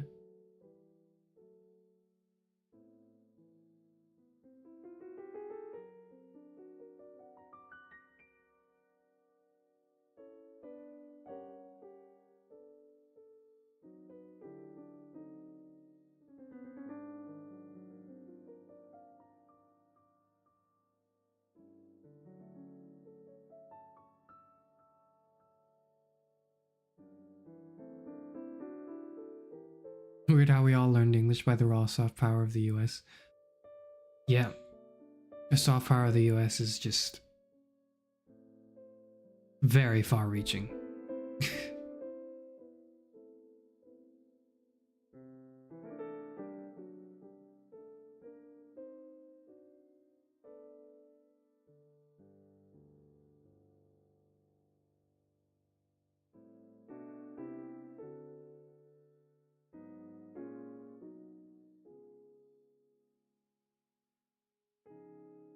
First pet name stupid. Are we at the end of the chapter or the literature? We're at the end of the at the end of the chapter. There's more chapters. I think if you can, I think at the top of this stream it should show the page number of the PDF I'm reading, but this is the end of chapter 2, yeah. I'm just sort of collecting my thoughts and reading through your guys' thoughts, if any. If any. As if that was a rare occurrence. Anyways.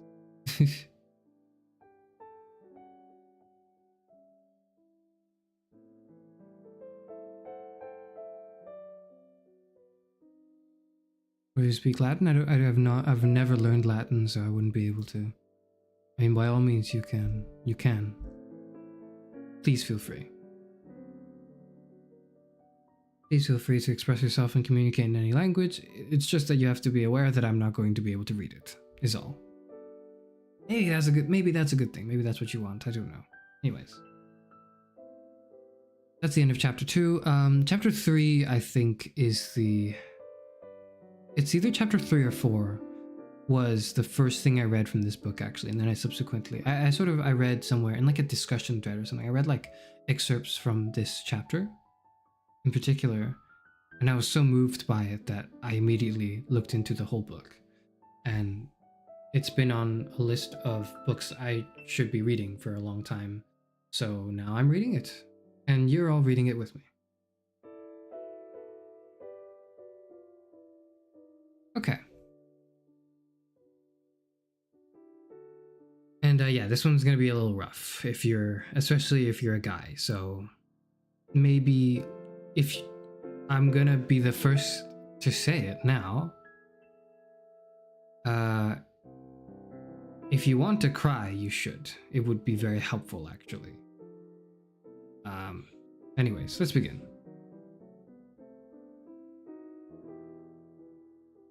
Chapter 3, Being a Boy. Boys are not seen as lovable in patriarchal culture. Even though sexism has always decreed that boy children have more status than girls, status and even the rewards of privilege are not the same as being loved. Patriarchal assault on the emotional life of boys begins at the moment of their birth. Contrary to sexist mythology, in the real world of male and female babies, male babies express themselves more. They cry longer and louder. They come into the world wanting to be seen and heard. Sexist thinking at its worst leads many parents to let male infants cry without a comforting touch, because they fear that holding baby boys too much, comforting them too much, might cause them to grow up wimpy.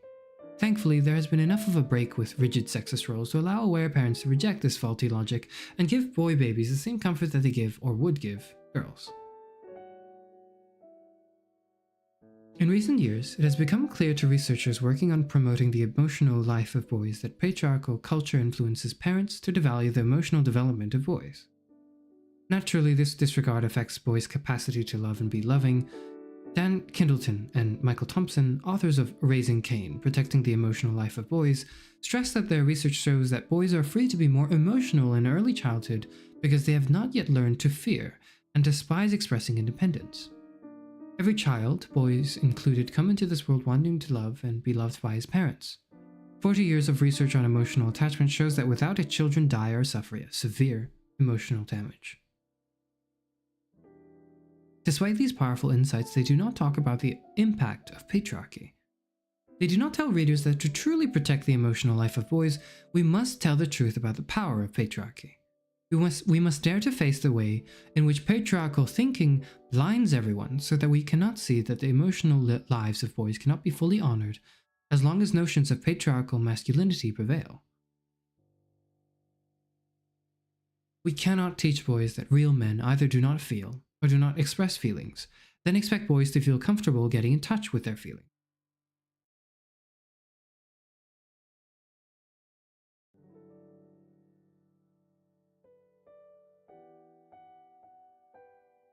Much of the traditional research on the emotional life of boys draws the connection between notions of male dominance and the shutting down of emotions in boyhood, even as the researchers act as though patriarchal values can remain intact. Popular best-selling books such as Raising Cain and James Garbarino's Lost Boys, Why Our Sons Turn Violent and How We Can Save Them, outline the way boys are being emotionally damaged, but they fail to offer a courageous alternative vision, one that would fundamentally challenge patriarchal masculinity. Instead, these books imply that within the existing patriarchal system, boyhood should be freed of patriarchal demands. The value of patriarchy itself is never addressed. In Raising Cain, the authors conclude by contending what boys need, first and foremost, is to be seen through a different lens than tradition prescribes.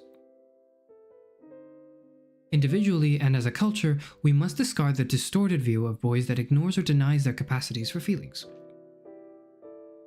The view that colors even boys' perception of themselves as above or outside a life of emotions.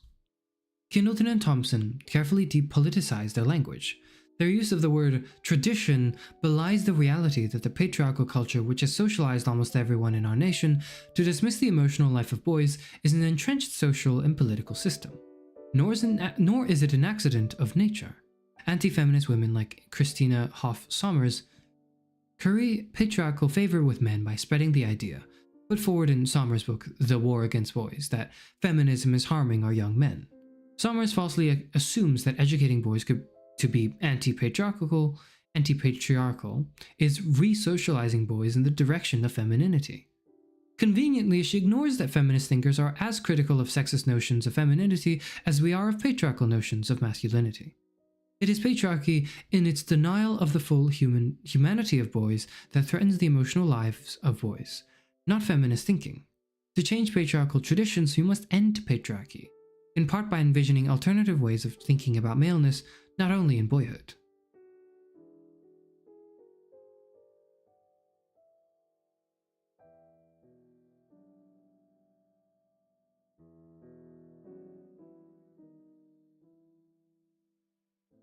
Without ever using the word patriarchy, he uses the phrase traditional masculinity. Psychologist James Garbarino does suggest in Lost Boys that the cultivation of an androgynous selfhood, one that combines the traits deemed masculine and feminine, would affirm for boys their right to be emotional.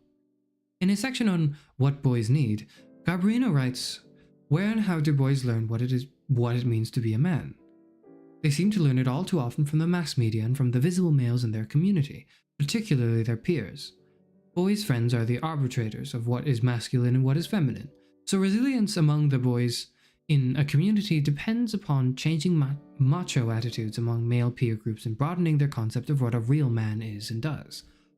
Garbarino's is a powerful work, very much on target in the descriptions and information it offers about all the ways boys are traumatized by the demand that they deny their emotions.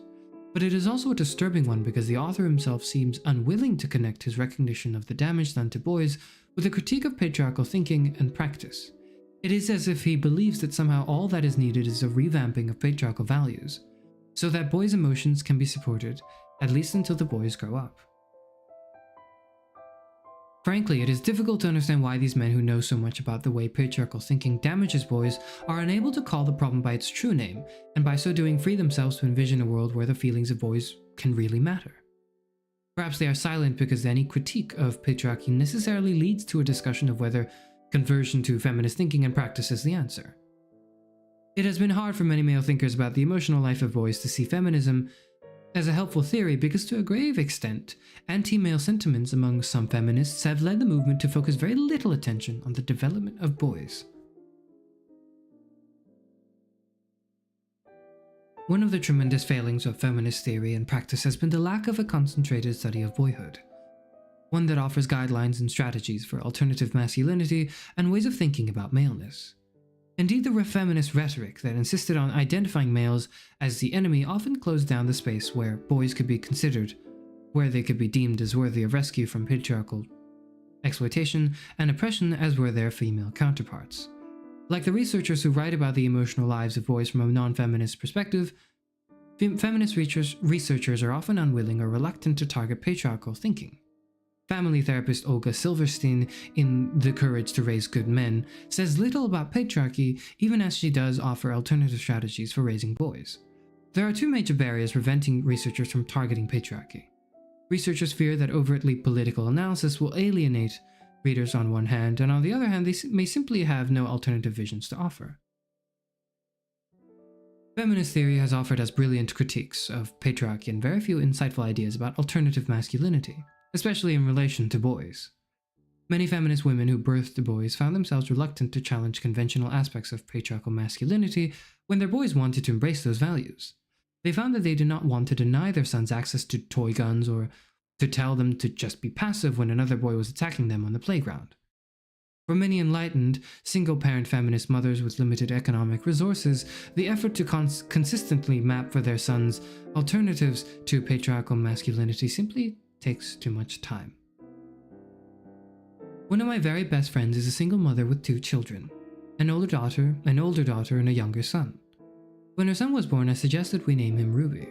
His biological dad jokingly made the point that she should have her own son and name him Ruby.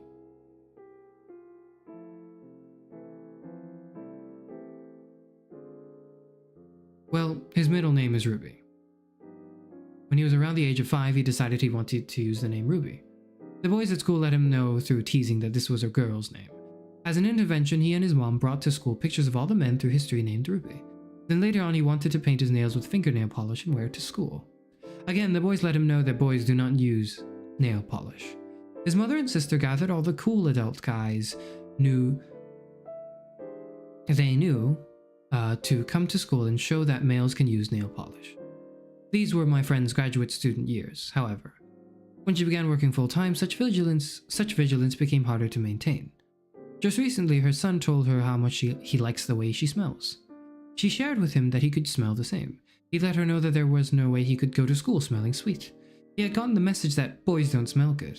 Instead of urging him to rise to the latest challenge, she now allows him to choose and does not judge his choice. Yet she feels sad for him, sad that conformity to patriarchal standards interfered with his longings.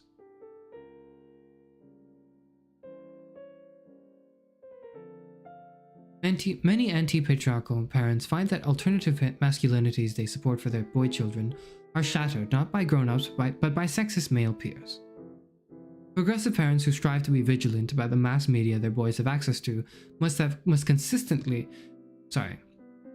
Progressive parents who strive to be vigilant about the mass media their boys have access to must consistently intervene and offer teachings to counter the patriarchal pedagogy that is deemed normal. In How Can I Get Through to You, Terence Real, father of 2 sons, states, "Our sons learned the code early and well. Don't cry, don't be vulnerable, don't show weakness. Ultimately, don't show that you care." As a society, we may have some notion that raising whole boys and girls is a good idea, but that doesn't mean that we actually do. Even though you or I might be committed to raising less straight-jacketed kids, the culture at large, while perhaps changing, is still far from changed. Try as we might in movie theaters, classrooms, playgrounds, our sons and daughters are bombarded with traditional messages about masculinity and femininity, hour by hour, day by day. Again, Real uses the word traditional rather than patriarchal. Yet traditions are rarely hard to change. What has been all but impossible to change is widespread cultural patriarchal propaganda. Yet we begin to protect the emotional well-being of boys and of all males when we call this propaganda by its true name. When we acknowledge that patriarchal culture requires that boys deny, suppress, and if all goes well, shut down their emotional awareness and their capacity to feel. Little boys are the only males in our culture who are allowed to be fully, wholly in touch with their feelings, allowed moments when they can express without shame their desire to love and be loved. If they are very, very lucky, they are able to remain connected to their inner selves or some part of their inner selves before they enter a patriarchal school system where rigid sex roles will be enforced by peers as rigorously as they are in any male adult prison. Those rare boys who happen to live in anti-patriarchal homes learn early to lead a double life. At home, they can feel and express and be. Outside the home, they must conform to the role of patriarchal boy. Patriarchal boys, like their adult counterparts, know the rules. They know they must not express feelings, with the exception of anger, that they must not do anything considered feminine or womanly. A national survey of adolescent males revealed their passive acceptance of patriarchal masculinity. Researchers found that boys agreed that to be truly manly, they must command respect, be tough, not talk about problems, and dominate females. Every day across this country, boys consume mass media images that send them one message about how to deal with emotions, and that message is act out. Usually acting out means aggression directed outward. Kicking, screaming, and hitting get attention. Since patriarchal parenting does not teach boys to express their feelings in words, either boys act out or they implode. Very few boys are taught to express with words what they feel when they feel it, and even when boys are able to express feelings in early childhood, they learn as they grow up that they are not supposed to feel, and they shut down. The confusion boys experience about their identity is heightened during adolescence. In many ways, the fact that today's boy often has a wider range of emotional expression in early childhood, but is forced to suppress emotional awareness later on, makes adolescence all the more stressful for boys. Tragically, were it not for the extreme violence that has erupted among teenage boys throughout our nation, the emotional life of boys would still be ignored. Although therapists tell us that mass media images of male violence and dominance teach boys that violence is alluring and satisfying. When individual boys are violent, especially when they murder randomly, pundits tend to behave as though it were a mystery why boys are so violent. Progressive feminist research on adolescent males has debunked the heretofore accepted notion that it is natural for boys to go through an antisocial stage where they disassociate and disconnect. Recent studies indicate that it is actually emotionally damaging to young males to be isolated and without emotional care or nurturance. In the past, it was assumed that aggression was part of the ritual of separation, a means for the growing boy to assert his autonomy. Yet clearly, just as girls learn how to be autonomous and how to create healthy distance from parents without becoming antisocial, boys can do the same. In healthy families, boys are able to learn and assert autonomy without engaging in antisocial behavior, without isolating themselves. All over the world, terrorist regimes use isolation to break people's spirits. This weapon of psychological terrorism is daily deployed in our nation against teenage boys. In isolation, they lose the sense of their value and worth. No wonder then that when they re-enter a community, they bring with them a killing rage as their primary defense. Even though masses of American boys will not commit violent crimes resulting in murder, the truth that no one wants to name is that all boys are being raised to be killers, even if they learn to hide the killer within and act as benevolent young patriarchs. More and more girls who embrace patriarchal thinking also embrace the notion that they must be violent to have power. Talking to teenage girls of all classes who are being secretly hit or beaten by boyfriends who say that they are disciplining them, one hears the same Dr. Jekyll and Mr. Hyde narratives that grown women tell when talking about their relationships with abusive men. These girls describe seemingly nice guys who have rageful outbursts. Time and time again, we hear on our national news about the seemingly kind, quiet, young male whose violent underpinnings are suddenly revealed. Boys are encouraged by patriarchal thinking to claim rage as the easiest path to manliness. It should come as no surprise then that beneath the surface there is a seething anger in boys, a rage waiting for the moment to be heard. Much of the anger boys express is itself a response to the demand that they not show any other emotions. Anger feels better than numbness because it often leads to more instrumental action. Anger can be, and usually is, the hiding place for fear and pain. In The Heart of the Soul, authors Gary Zukov and Linda Francis explore the ways anger barricades the feeling self. Anger prevents love and isolates the one who is angry. It is an attempt, often successful, to push away what is most longed for: companionship and understanding. It is a denial of the humanness of others, as well as a denial of your own humanness. Anger is the agony of believing that you are not capable of being understood, and that you are not worthy of being understood. It is a wall that separates you from others as effectively as if it were concrete, thick and very high. There is no way through it, under it, or over it. Certainly in almost all the situations where boys have killed, we discover narratives of rage that describe the emotional realities before they happen. Importantly, this anger is expressed across a broad spectrum of class, race, and family circumstance. Violent boys from affluent homes often are emotionally alienated as their ghetto counterparts. At a time in our nation's history when more boys than ever are being raised in a single-parent, female-headed homes, mass media send the message that a single mother is unfit to raise a healthy boy child. All over our nation, mothers worry that their parenting may be damaging their sons. This is the issue Olga Silverstein tackles head-on in The Courage to Raise Good Men. Commenting that many people still believe that mothers compromise their sons' masculinity, she writes, "Most women, like most men, feel that a mother's influence will ultimately be harmful to a male child, that it will weaken him, and that only the example of a man can lead a son into manhood. Single mothers in particular are haunted by the dread of producing a sissy. Homophobia underlies the fear that allowing boys to feel will turn them gay. This fear is often most intense in single-parent homes. As a consequence, mothers in these families may be overly harsh and profoundly emotionally withholding with their sons, believing that this treatment will help the boys to be more masculine. No matter the information abounds that lets the public know that many gay males come from two-parent homes and can be macho and woman-hating, misguided assumptions about what makes a male gay still flourish. Everyday boys who express feelings are psychologically terrorized, and in extreme cases brutally beaten by parents who fear that a man of feeling must be homosexual. Gay men share with straight men the same notions about acceptable masculinity. Luckily, there have been and are individual gay men who dare to challenge the patriarchal masculinity. However, most gay men in our culture are as embracing of sexist thinking as are heterosexuals. Their patriarchal thinking leads them to construct paradigms of desirable sexual behavior that is similar to that of patriarchal straight men. Hence, many gay men are as angry as their straight counterparts. Just as maternal sadism flourishes in a world where women are made to feel that their emotional cruelty to sons makes them better prepared for manhood, paternal sadism is the natural outcome of patriarchal values. In the book, The Man I Might Become, Gay Men Write About Their Fathers, edited by Bruce Shenitz, many of the stories of boyhood describe ritual of paternal sadism. As James Saslow writes in Daddy Was a Hot Number, all children suffer that aching stab of inadequacy when Papa turns his face away. It's just twice as sharp when he's your object of desire as well as your mentor and role model. Only mother love is unconditional, but fatherly love is also about licking the child into shape. Fathers challenge and then judge us, their role in socializing the next generation. In this mythic battle of wills, persuasion and example are their preferred weapons. But if they don't work, the drill sergeant will have to unleash the A-bomb of familial warfare, rejection. Most patriarchal fathers in our nations do not use physical violence to keep their sons in check. They use various techniques of psychological terrorism, the primary one being the practice of shaming.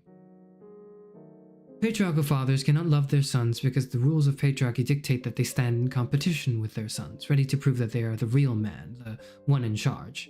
In his essay Finding the Light and Keeping It in Front of Me, Bob Vance describes walking behind his father as a boy longing to connect, but knowing intuitively that no connection was possible. Something inhibits me from asking him for what I need.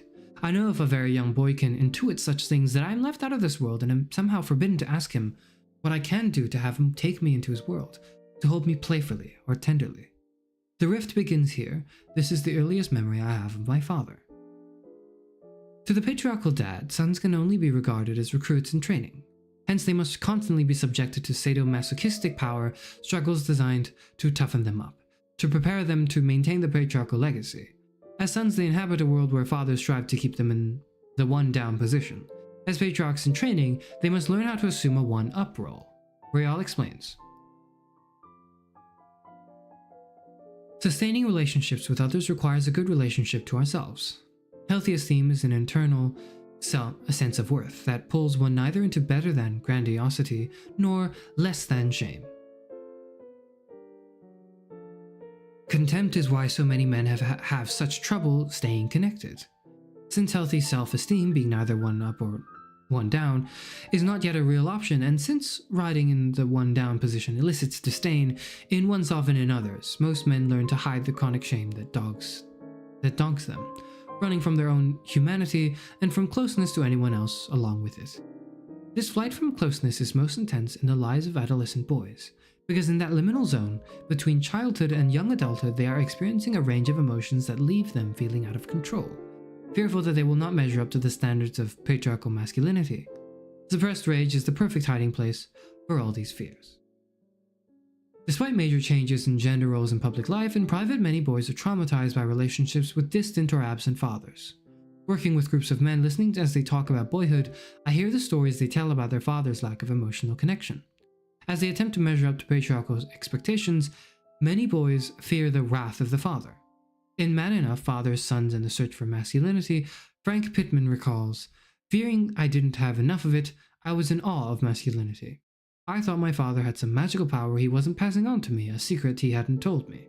Again and again, the same assumption appears, which suggests that there exists a masculine ideal that young males are not sure how to attain and that undermines their self-esteem. And the crisis of this longing seems more deeply felt by boys with absent fathers. Without a positive connection to a real adult man, they are far more likely to invest in a hyper-masculine, patriarchal ideal. Fear of not being able to attain the right degree of manliness is often translated into rage. Many teenage boys are angry because the fantasy emotional connection between father and son, the love that they imagine will be there, is never realized. In its place, there is just a space of empty longing.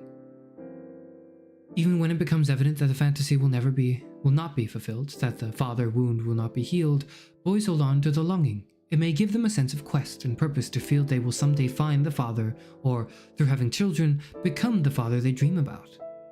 Frustrated in their quest for father bonding, boys often feel tremendous sorrow and depression. They can mask these feelings because they are allowed to isolate themselves, to turn away from the world and escape into music, television, video games, etc. There is no emotional outlet for the grief of the disappointed teenage boy.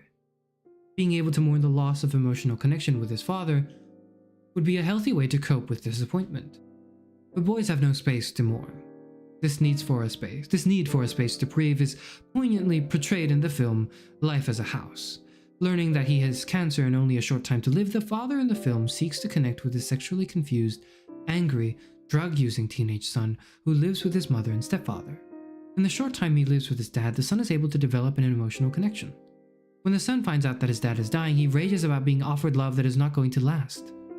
In Donald Dutton's study of abusive men, The Batterer, he observes that there are few male models for grieving, and he emphasizes that men in particular seem incapable of grieving and mourning on an individual basis. Trapped by a world that tells them boys should not express feelings, teenage males have nowhere to go where grief is accepted. As much as grown-ups complain about adolescent male anger, most adults are more comfortable confronting a raging teenager than one who is overwhelmed by sorrow and cannot stop weeping. Boys learn to cover up grief with anger. The more troubled the boy, the more intense the mask of indifference. Shutting down emotionally is the best defense when the longing for connection must be denied.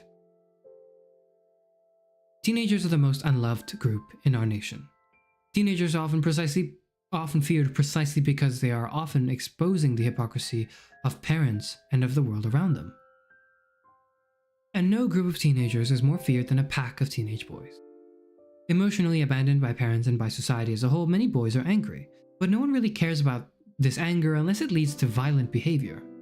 If boys take their rage and sit in front of a computer all day, never speaking, never relating, no one cares. If boys take their rage to the mall, no one cares, as long as it is contained. In Lost Boys, therapist James Garbarino testifies that when it comes to boys, neglect is more common than abuse. More kids are emotionally abandoned than are directly attacked, physically or emotionally. Emotional neglect lays the groundwork for the emotional numbing that helps boys feel better about being cut off. Eruptions of rage in boys are most often deemed normal, explained by the age-old justification for adolescent patriarchal misbehavior. Boys will be boys. Patriarchy both creates the rage in boys and then contains it for later use, making it a resource to exploit later on as boys become men. As a national product, this rage can be garnered to further imperialism, hatred, and oppression of women and men globally. This rage is needed if boys are to become men willing to travel around the world to fight wars without ever demanding that other ways of solving conflict could be found.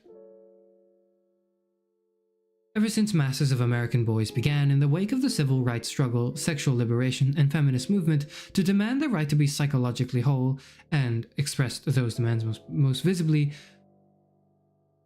by refusing to fight in the Vietnam War, mass media as a propaganda tool for imperialist, white supremacist, capitalist patriarchy have targeted young males and engaged in heavy-handed brainwashing to reinforce psychological patriarchy. Today, small boys and young men are daily inundated with a poisonous pedagogy that supports male violence and male domination, that teaches boys that unchecked violence is acceptable, that teaches them to disrespect and hate women. Given this reality and the concomitant emotional abandonment of boys, it should surprise no one that boys are violent, that they are willing to kill. It should surprise us that the killing is not yet widespread. Ruthless, patriarchal assault on the self-esteem of teenage boys has become an accepted norm. There is a grave silence about adult male tyranny in relation to teenage boys. Much of the adult male terrorism of, and competition with, little boys and young males is conducted through mass media.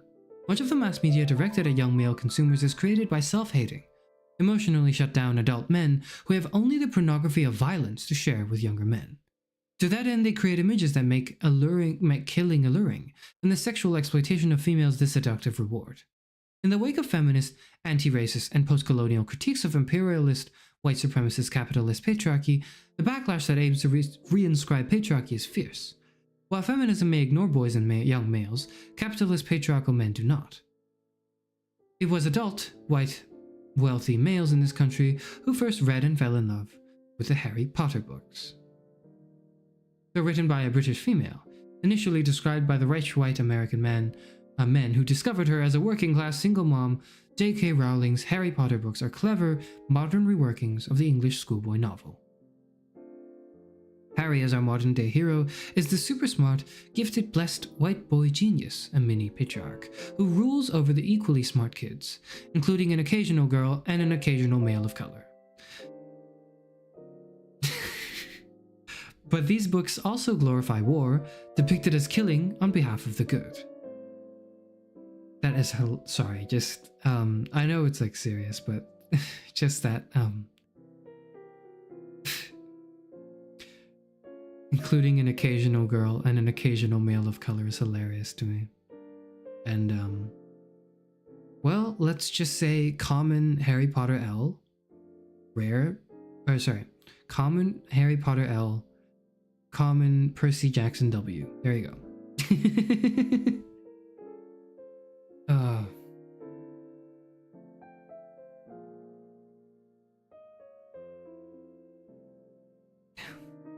The Harry Potter movies glorify the use of violence to maintain control over others. In Harry Potter: The Chamber of Secrets, violence when used by the acceptable groups is deemed positive. Sexism and racist thinking in the Harry Potter books are rarely critiqued. Had the author been a ruling class white male, feminist thinkers might have been more active in challenging the imperialism, racism, and sexism of Rowling's books. Just, by the way, just saying, Bell Hooks was ahead of her time. If it wasn't obvious now, if it wasn't obvious by now, she was very ahead of her time. Again and again, I hear parents, particularly anti-patriarchal parents, express concerns about the contents of these books while praising them for drawing more boys to reading. Of course, American children were bombarded with an advertising blitz, telling them that they should read these books. Harry Potter began as national news sanctioned by mass media. Books that do not reinscribe patriarchal masculinity do not get the approval the Harry Potter books have received.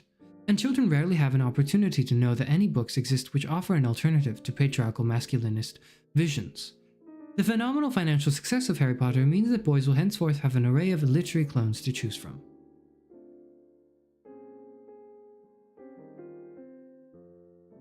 Harry Potter was made Lemony Snicket and Rick Riordan wrote better books. True. Anyways. Literature for children is just as fixated on furthering patriarchal attitudes as television. There are just a few books with male characters focusing on boys that challenge the patriarchal norm in any way.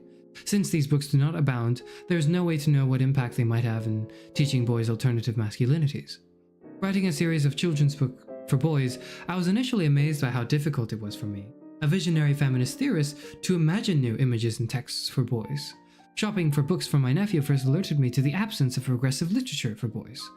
It was in my first children's book with male characters, B-Boy Buzz, I wanted to celebrate boyhood without reinscribing patriarchal norms.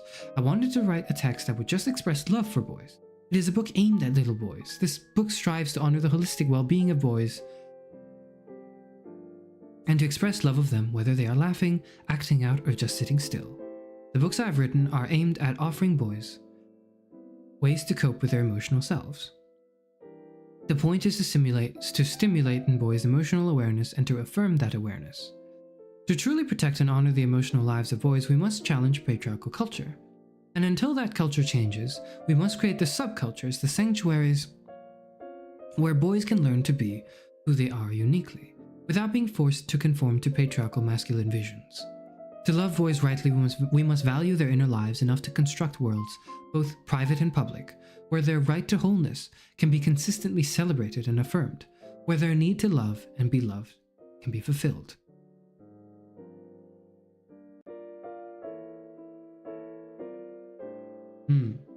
So, just quickly, when I prefaced this chapter by saying this was the one I read, I found it's not. I must have misremembered. It might have even been a different book, because God knows I'm forgetful and I can never really embed any sort of knowledge permanently in my head. It just fades away every 2 years, and I have to just refresh it over and over again. Names, things, really, it's just, yeah, I just can't remember. But anyways, this has also nonetheless been a chapter that's really, really insightful and interesting to me as a man who has grown up from a boy. Maybe it's the next chapter, actually. We'll see. We'll see. We'll see. Any questions? Let's see. Yeah, pop this out, be easier. Okay.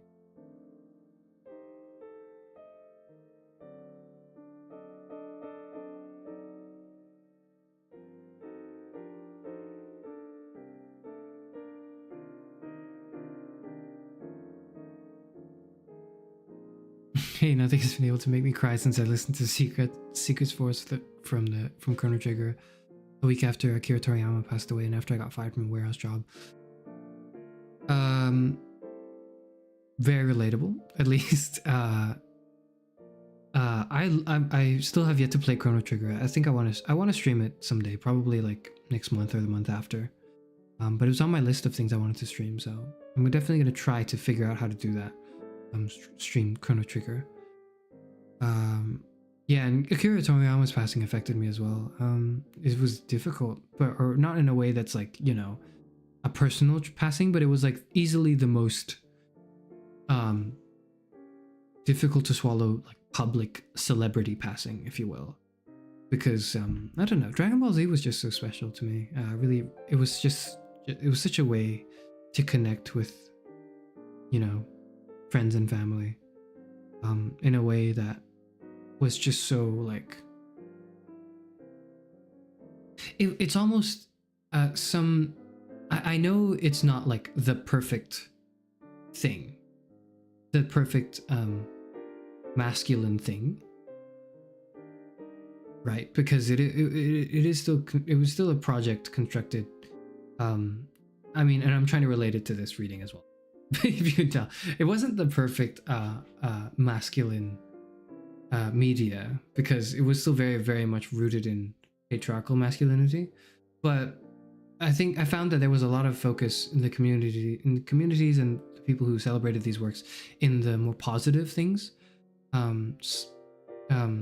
such as sort of like honor and truth, and sort of like a relentless, the idea that like relentless practice can improve oneself. And I thought it was just like, it was heartwarming to see, and it was definitely something that, you know, for lack of a better term, brought all the boys together, you know? It was fun. Anyways, not that it's not problematic in its own right, whatever, but you know the drill. Yada yada yada yada. Media is imperfect. We have to be critical of whatever we consume, but that doesn't stop us from enjoying it, you know, all that.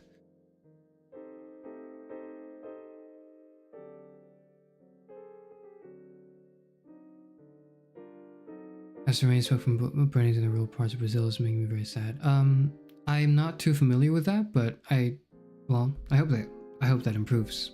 I hope that improves.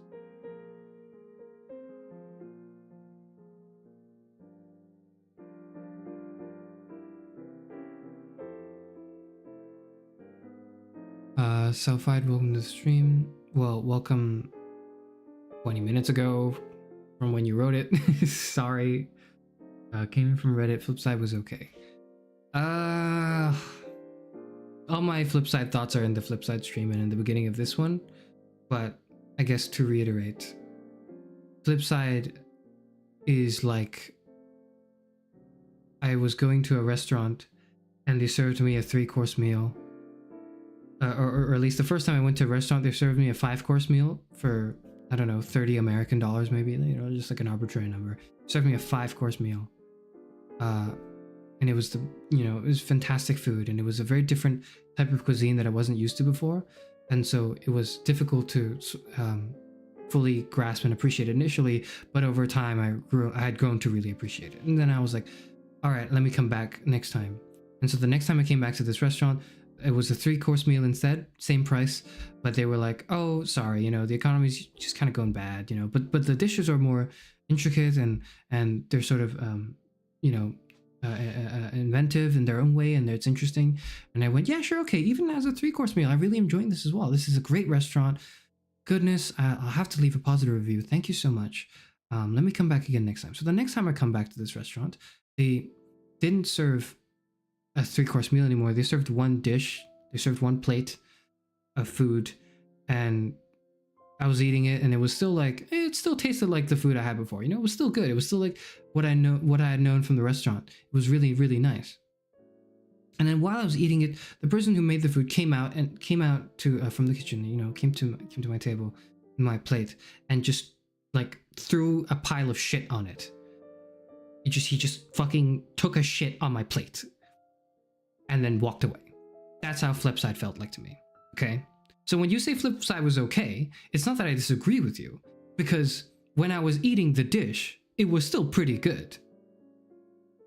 Like, it was still not bad. I was having it and I was enjoying it. Until that. Do you know what I mean? And that did not only ruin the meal that was already, you know, less than the previous 2 meals I had at this bloody restaurant.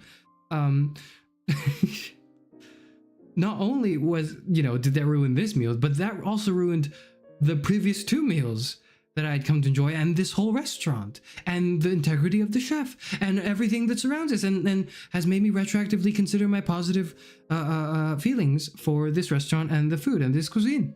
That's how I feel about Class of 09, the flip side.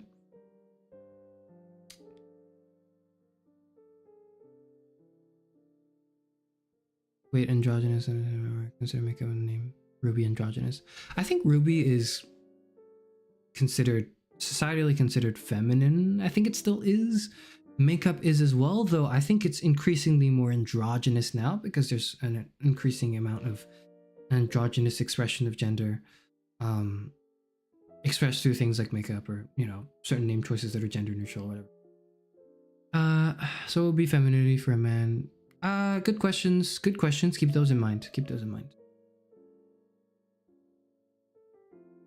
But Ruby with an I can work as a name in Spanish Portuguese. Maybe, yeah. I'm not. This is of course like this specifically American culture in the English language. So.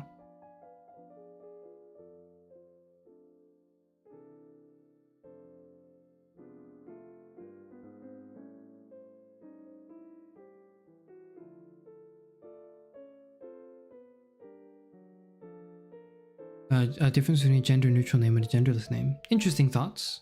Hold on to those as well. I will say those are interesting thoughts. Epiphany moment, yep.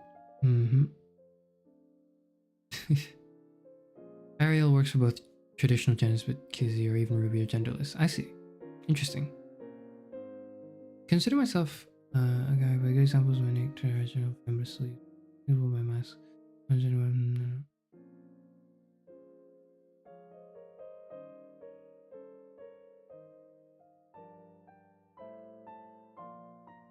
Fun fact about my name: Karis is a feminine name.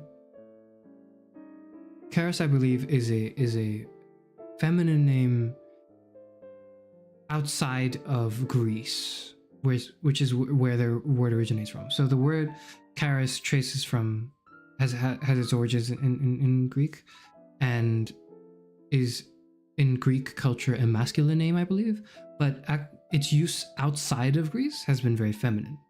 So there's an interesting sort of juxtaposition going on there, and I just want to say, interpret that how you will. Now that we're on the topic of gendered names, right?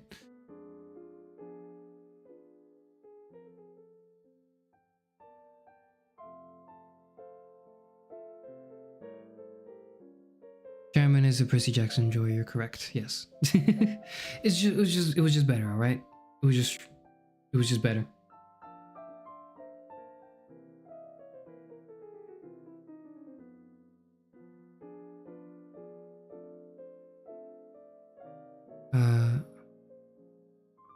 Pronunciation. So I believe the pronunciation of it is Karis in Greek and outside of Greek. I think it is Karis. Like, yeah. But Euphenor is not how you're supposed to pronounce it, by the way. It's I think in Greek it's supposed to be Ephranor, but I use Euphenor because it's kind of easier for the largely American or Americanized audience I have. Anyways, sorry, 1 second. So let me just Uh,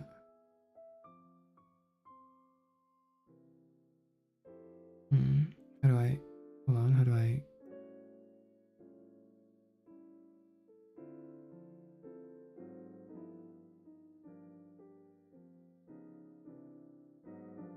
I'm going to get some water, be back. If anyone has any questions so far on chapter 3 on boys, feel free to ask them. I will be right back.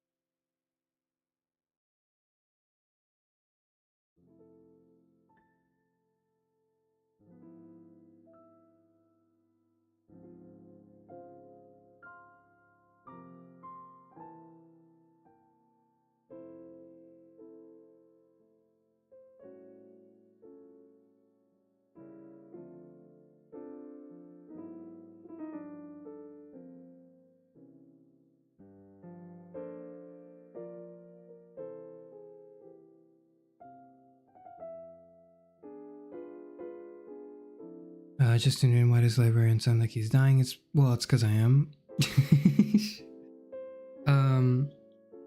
Welcome to the stream, Mochi. This is, by the way, everyone, this is our team. Everyone say hello to our team. Well, you don't have to, but it'd be nice, right? I demand this of everyone. It's probably the only thing I really demand chat doing. We're reading feminist literature today. We're reading bell hooks.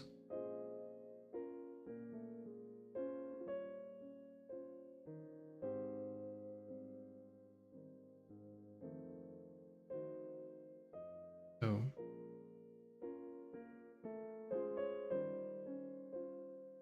since listening to the chapter, I'm kind of empathetic to violence, but for some reason it gets to me when artists of work I enjoy get to me.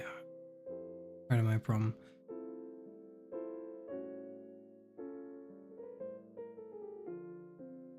Could you elaborate on that? I don't think I quite understand what you were trying to say.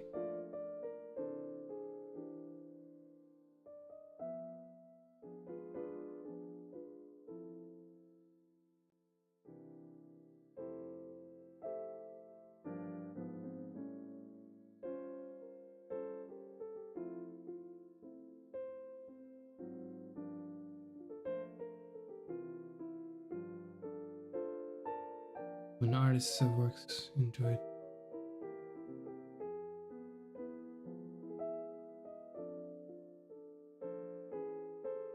Get to be heard. Well, I think what you're getting at is sort of the pain shaping and creating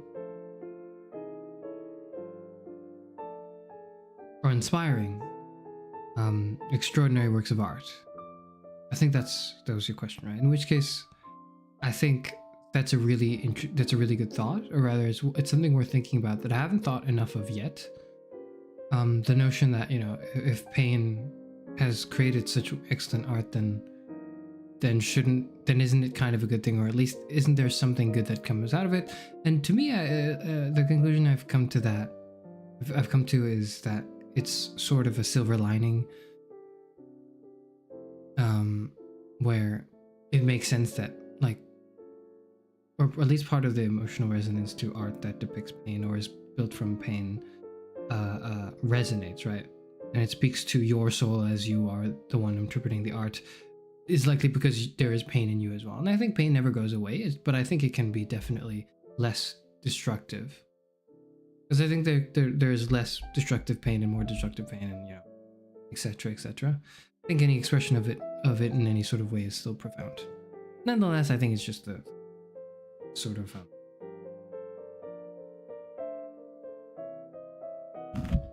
the realm of art discourse. Sorry, let me clarify. I'm empathetic to state and emotional violence from life. But when I hear that an animator and an artist die, you get a sort of deeper despair. I see.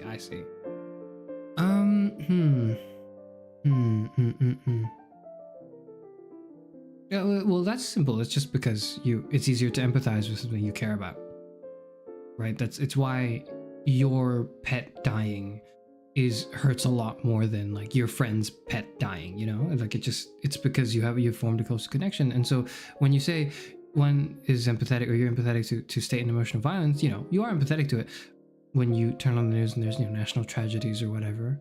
But at the same time, when there's an artist or like someone whose work you enjoyed passes away, it feels like it hurts more. Well, it's because it feels more personal, because on some level it feels there's this sort of closer connection, and that closeness isn't one of proximity per se, but it's one of like a proximity in like a physical space, but a proximity in like the emotional space, right?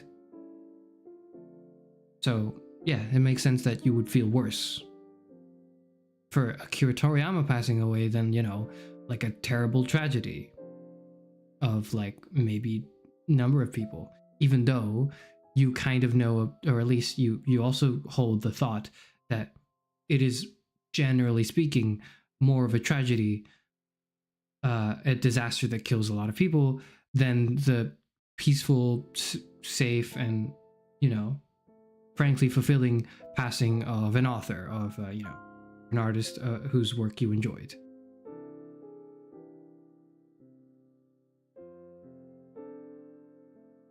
Now, is that a problem? Is that problematic? I don't think the emotional state is a problem. That doesn't make sense. The emotional state is an emotional state. Like, it makes perfect sense that the closer you are to, like, pain brought to you by the passing of someone closer hurts more than the pain brought to you by the passing of someone who is further. That's just how people are. Whether or not you should work to change that, that's a good question, right? So am I a problem when you ask am I a problem, or I interpret that to mean, is that something that needs to be changed, right? This sort of natural human state. And that's, I think, under interesting discourse. I don't think it's a one-sided sort of, like, I think there is legitimate discussion and debate in that sphere of ideas. If you haven't already, maybe look into Peter Singer. He talks about the child drowning, and then he talks about the philosophy of charity and all that, and sort of the distance shouldn't matter. You should rescue children. You should do good, right? And that's why you should donate to charities and all that. That's kind of like his whole philosophy. That might be an interesting read if you are considering this angle. I personally don't think that that's a problem, or at least it's not as problematic as some other things could be. A deepened empathy for people you care about versus a sort of a less deep empathy for those you don't care about as much. Like, you care about them insofar as they are human beings that are valid and deserve existence and all that, and you respect them, their basic rights or whatever, but you've never known them. They're faceless beings. They live in a different country. By all means, they're just people. What is it? One person is how does the saying go? One person is a tragedy. 100,000 is a statistic. You know what I mean? It's that. It's that.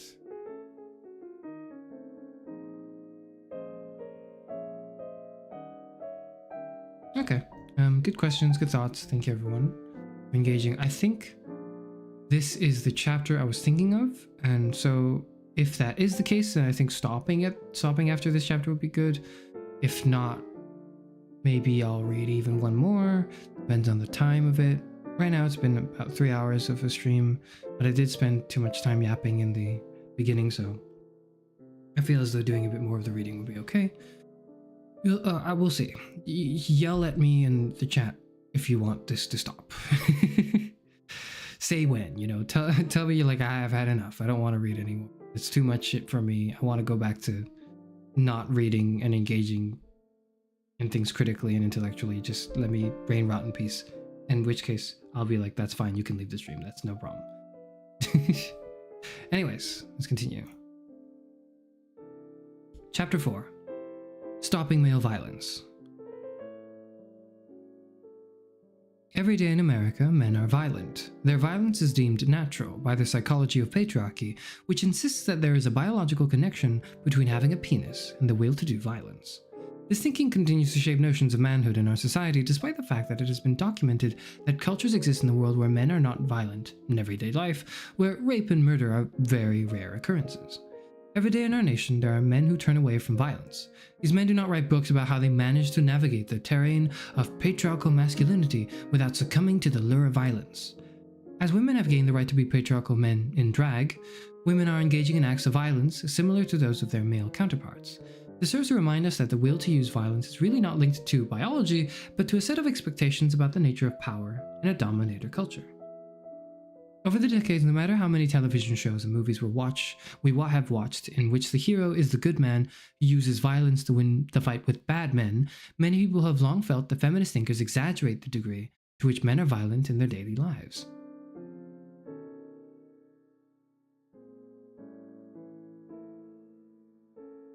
Radical feminist Andrea Dworkin has courageously and consistently dared to name the widespread scope of male violence against women.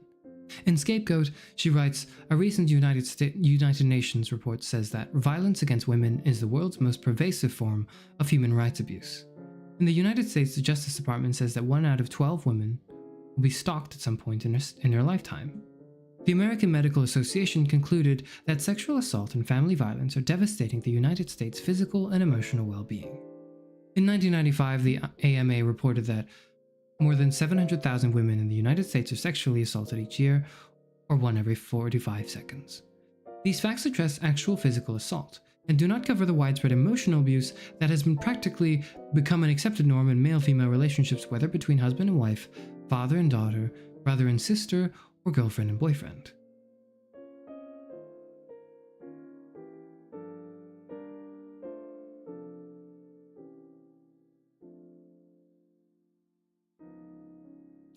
Muslim Sally, welcome to the stream. Came here because of a random post online with the whole class.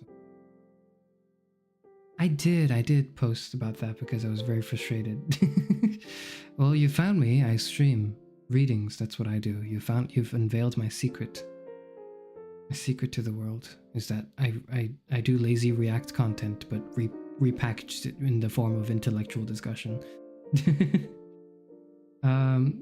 Everyone's staying around for intellectual possibilities. Nicole, don't lie. There's no, like, this is a VTuber stream.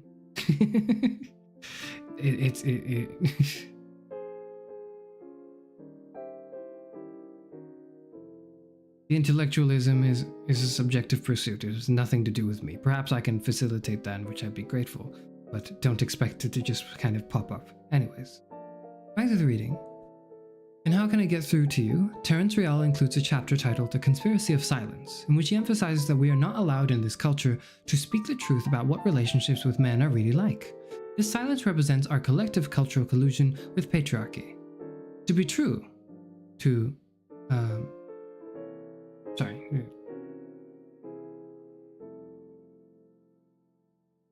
patriarchy, we're all taught that we must keep men's secrets. Real points that the fundamental secret we share is that we will remain silent. When girls are inducted into womanhood, what is it exactly that they have to say that must be silenced? What is the truth women carry that cannot be spoken? The answer is simple and chilling. Girls, women, and also young boys all share this in common. None may speak the truth about men. One of the truths that cannot be spoken is the daily violence enacted by men of all classes and races in our society. The violence of emotional abuse.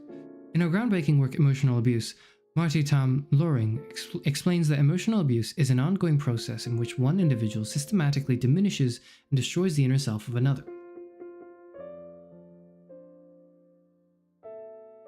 The essential ideas, feelings, perceptions, and personality characteristics of the victims are constantly belittled. The most salient identifying characteristic of emotional abuse is its patterned aspect. It is the ongoing effort to demean and control that constitutes emotional abuse. Significantly, emotional abuse in families is not just a component of the couple bond, it can determine the way everyone in a family relates. If a woman is patriarchal, it can be present in a single-parent home with no adult males present. In many homes, patriarchal power resides with teenage boys who are abusive to single-parent moms. This is male violence against women. When Real breaks the silence, the stories he shares are from family therapy sessions where clients openly reveal the way fathers have enacted rituals of power, using shaming, withdrawal, threats, and if all else fails, physical violence to maintain their position of dominance. In my family of origin, our dad in a booming, angry voice would often scream repeatedly at Mom, "I will kill you." For years, my nightmares were filled with an angry father, sometimes killing Mom, sometimes killing me for trying to protect Mom. In our family, Dad was not consistently enraged, but the intense emotional and physical abuse that he unleashed on those rare occasions when he did act out violently kept everyone in check, living on the edge, living in fear. Usually a cold, silent, reserved man, Dad found his voice when speaking in anger. The two men I have had as my primary relational bonds in my adult life are both quiet and reserved like my dad and beloved grandfather. Unlike my grandfather, whom I never witnessed expressing anger, much less rage, these two men I chose as partners both needed to exercise dominance now, and then through rituals of power. One of them was physically violent on a few occasions. A fact he always felt did not matter, and emotionally unkind quite consistently. My second longtime partner I chose in part because he was a major advocate for stopping violence against women, but as our bond progressed, he began to be emotionally abusive now and then. It was as though he felt that I was too powerful, and the perception empowered him to challenge that power, to wound and hurt. I was stunned that the past was being reenacted in the present. In self-help books galore, the notion that women choose men who will treat them badly again and again is presented as truth. These books rarely talk about patriarchy or male domination. They rarely acknowledge that relationships are not static, that people can change through time, that they adjust to circumstances. Men who have seeds of negativity and domination within them, along with positive traits, may find the negative burgeoning at times of crisis in their lives. The two men I chose as partners, like all the men I have loved, were victims of various degrees of emotional neglect and abandonment in their childhoods. They did not love their fathers or truly know them intimately. Growing from young adulthood into manhood, they simply passively accepted the lack of communication with their fathers. They both felt that all attempts at reconciliation should have come from the father to the son. And yet, as they matured into manhood, both these men began to behave not unlike the fathers whose actions they had condemned and hated. Observing them through time, I found that both of them had been rebellious and anti-patriarchal in their 20s and early 30s. But as they moved more into the work world, they began to assume more of the patriarchal manners that identify one as a powerful and successful man. Though they had not been living with their fathers when it came to be men, the early models of their lives were unconsciously reenacted. They could have protected themselves from this intimate repetition only by consciously working to be different, only by being disloyal to the dominator model. No man who does not actively choose to work to change and challenge patriarchy escapes this impact. The most passive, kind, quiet man can come to violence if the seeds of patriarchal thinking have been embedded in his psyche. Much of the Dr. Jekyll and Mr. Hyde behavior women describe in men who are alternately caring than abusive has its roots in this fundamental allegiance to patriarchal thinking. Indoctrination into the mindset begun in childhood includes a psychological initiation that requires boys to accept that their willingness to do violent acts makes them patriarchal men. A distinction can and must be made between the willingness to do violent acts and actually doing them. When researchers looking at date rape interviewed a range of college men and found that many of them saw nothing wrong with forcing a woman sexually, they were astounded. The findings seemed to challenge the previously accepted notion that raping was aberrant male behavior. Aberrant, I believe. Sorry, I'm not quite sure how to pronounce it. I think it's aberrant male behavior. While it may be unlikely that any of the men in this study were or became rapists, it was evident that given what they conceived as the appropriate circumstance, they could see themselves being sexually violent. Unconsciously, they engage in patriarchal thinking, which condones rape even though they may never enact it. This is a patriarchal truism that most people in our society want to deny.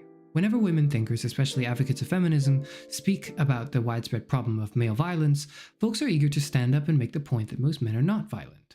They refuse to acknowledge that masses of boys and men have been programmed from birth on to believe that at some point they must be violent, whether psychologically or physically, to prove that they are men.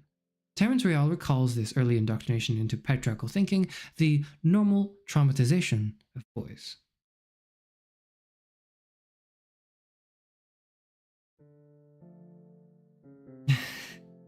I glanced over at chat and Muslim Stanley says, I don't know why, but you people scare me a bit.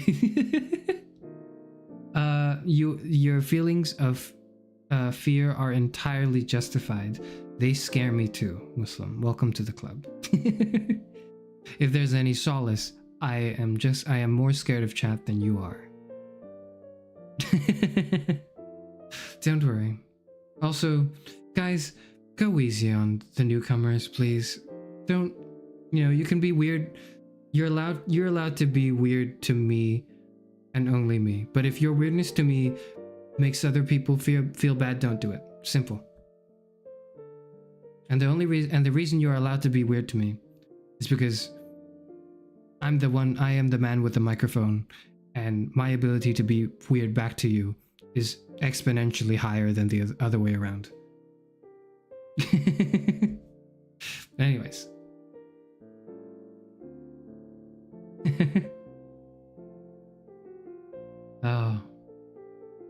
Oh, Karasu Fenori's lost his way. Ooh. But no, don't worry. Yes, everyone, please tone it down a bit. Thank you. When I first began looking at gender issues, I believed that violence was a byproduct of boyhood socialization. But after listening more closely to men and their families, I've come to believe that violence is boyhood socialization. The way we turn boys into men is through injury. I wish it was through injury. Through injury. We sever them from their mothers, research tells us, far too early.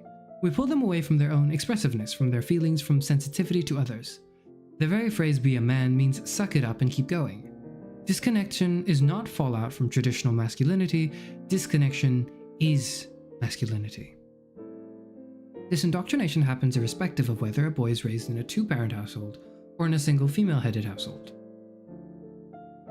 The perpetuation of male violence through the teaching of a dominator model of relationships comes to boy children through both women and men. Patriarchy breeds maternal sadism in women who embrace its logic. A great many women stand by and bear witness to their sons' brutalization at the hands of fathers, boyfriends, brothers, and so on because they feel by doing so they show their allegiance to patriarchy. No wonder then that male rage is often directed at women in intimate relationships. Such relationships clearly trigger for many males the anger and rage they felt in childhood when their mothers did not protect them or ruthlessly severed emotional bonds in the name of patriarchy. Contrary to popular myths, single mothers are often the most brutal when it comes to coercing their sons to conform to patriarchal standards. The single mom who insists that her boy child be a man is not anti-patriarchal, she is enforcing patriarchal will.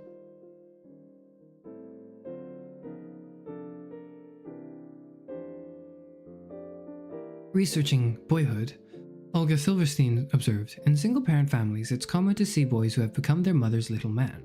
Often these boys are very bossy children who patronize their mothers, who in fact do uncanny imitations of a certain kind of husband, being alternately possessive, protective, and seductive.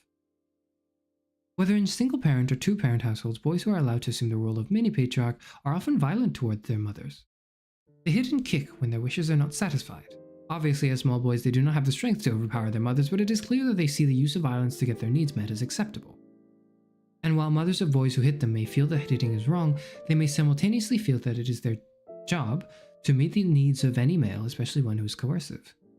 Many teenage boys have violent contempt and rage for a patriarchal mom because they understand that in the world outside of home, sexism renders her powerless. He is pissed that she has power over him at home. He does not see her autocratic rule in the home as legitimate power. As a consequence, he may be enraged at his mom for using the tactics of psychological terrorism to whip him into shape, and yet respond with admiration toward the male peer or authority figure who deploys similar tactics. In patriarchal culture, boys learn early that the authority of the mother is limited, that her power comes solely from being a caretaker of patriarchy. When she colludes with adult male abuse of her son, she, or later a symbolic mother substitute, will be the target of this violence.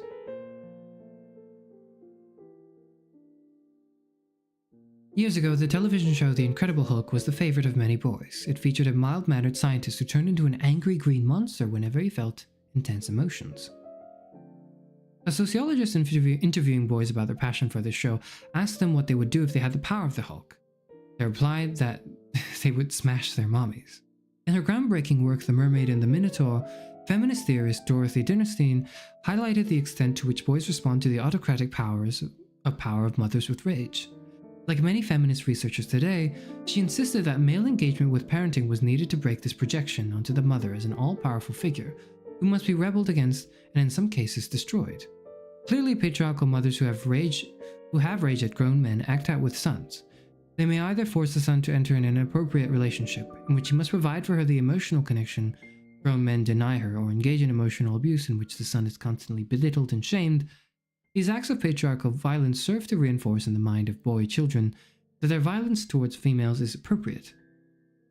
It simply feels like justifiable vengeance. Feminist idealization of motherhood made it extremely difficult to call attention to maternal sadism, to the violence women enact with children, especially with boys. And yet we know that whether it is a consequence of power dynamics in dominator culture or simply a reflection of rage, women are shockingly violent toward children. This fact should lead everyone to question any theory of gender differences that suggests that women are less violent than men. In patriarchal culture, women are as violent as men towards the groups that they have power over and can dominate freely. Usually, that group is children or weaker females. Like its male counterpart, much female violence towards children takes the form of emotional abuse, especially verbal abuse and shaming. Hence, it is difficult to document. Maternal sadism must be studied, however, if we are to understand the roots of adult male violence towards women. To some extent, the reformist feminist thinkers who have focused on women as the more ethical, kinder, gentler sex have stood in the way of an in-depth study of maternal sadism, of the ways women in patriarchal society act out violently with boys. In our household growing up, it was clear that our mother believed wholeheartedly that it was the role of the man to be a disciplinarian, to be in charge. When our dad used excessive violence, she merely saw it as his right. Lots of women who believe that it is the right of men to dominate feel that they should not resist male violence towards themselves or their children. Not surprisingly, these women, my mother included, use all manner of violence to discipline children. Fearful of being the objects of a grown man's rage, they may desire their children to be perfectly behaved so as to not arouse daddy's ire. In conversations with men whose mothers were passive as their sons were victimized by fathers or other male parental caregivers, I found that the men were far more likely than other men to idealize their moms, seeing them as victims without choice. While they did not direct anger toward their mother and were often unable to even consider that she could have acted out to protect their rights, these men were themselves violent in their intimate relationships with women. Their behavior affirms Terence Real's insight that the choreography of patriarchy, this unholy fusion of love, loss, and violence, spares no one. Mothers who ally themselves with patriarchy cannot love their sons rightly, for there will always come a moment when patriarchy will ask them to sacrifice their sons. Usually this moment comes in adolescence, when many caring and affectionate mothers stop giving their sons emotional nurturance for fear it will emasculate them. Unable to cope with the loss of emotional connection, boys internalize the pain and mask it with indifference or rage.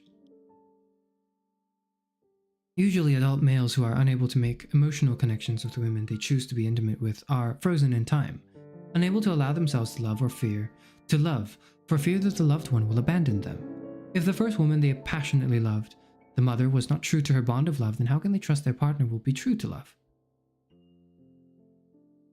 Often in their adult relationships, these men act out again and again to test their partner's love. While the rejected adolescent boy imagines that he can no longer receive his mother's love because he is not worthy, as a grown man he may act out in ways that are unworthy, and yet demand of the woman in his life that she offered him unconditional love. This testing does not heal the wound of the past, it merely reenacts it, for ultimately the woman will become weary of being tested and end the relationship, thus reenacting the abandonment. This drama confirms for many men that they cannot put their trust in love. They decide that it is better to put their faith in being powerful and being dominant. In Man Enough, Frank Pittman says of men that while most of us want to be loved, controllers are willing to forego love if that is what it takes to be the boss. Being the boss does not require any man to be emotionally healthy, able to give and receive love. Ever since I started writing about love, I've defined it in a way that blends M. Scott Peck's notion of love as the will to nurture one's own and another's spiritual and emotional growth, with Eric Fromm's insight that love is action and not solely feeling. Working with men who wanted to know love, I have advised them to think of it as a combination of care, commitment, knowledge, responsibility, respect, and trust. Most of our relationships have one or two of these aspects. Patriarchal men are schooled in the art of being responsible and giving instrumental care. As a teenager, when I complained about Dad's emotional neglect and abuse and his sporadic violence to Mama, she was always quick to remind me that he worked hard and provided for his family, that he was home almost every night, and for that reason alone we should respect and honor him. The fact that men often mix being caring and being violent has made it hard for everyone in our culture to face the extent to which male violence stands in the way of males giving and receiving love. The first act of violence that patriarchy demands of males is not violence towards women. Instead, patriarchy demands of all males that they engage in acts of psychic self-mutilation, that they kill off the emotional parts of themselves. If an individual is not successful in emotionally crippling himself, he can count on patriarchal men to enact rituals of power that will assault his self-esteem. Feminist movement offered to men and women the information needed to challenge this psychic slaughter, but that challenge never became a widespread aspect of the struggle for gender equality. Women demanded of men that they give more emotionally, but most men really could not understand what was being asked of them. Having cut away the parts of themselves that could feel a wide range of emotional response, they were too disconnected. They simply could not give more emotionally or even grasp the problem without first reconnecting, reuniting the severed parts. Describing a couple in family therapy, Rial recalls the qualities the wife wanted from her husband: sensitivity to others, the capacity to identify and share his feelings, a willingness to put his needs aside in the service of the family. These are the same qualities, Rial points out, that most boys, even in these enlightened times, have had stamped out of them. He concludes, in our culture, boys and men are not, nor have they ever been, raised to be intimate. Women seeking intimacy from men often find their expressions of longing belittled. Many men respond to females wanting emotional connection with emotional withdrawal, and in worst case scenarios, with abuse.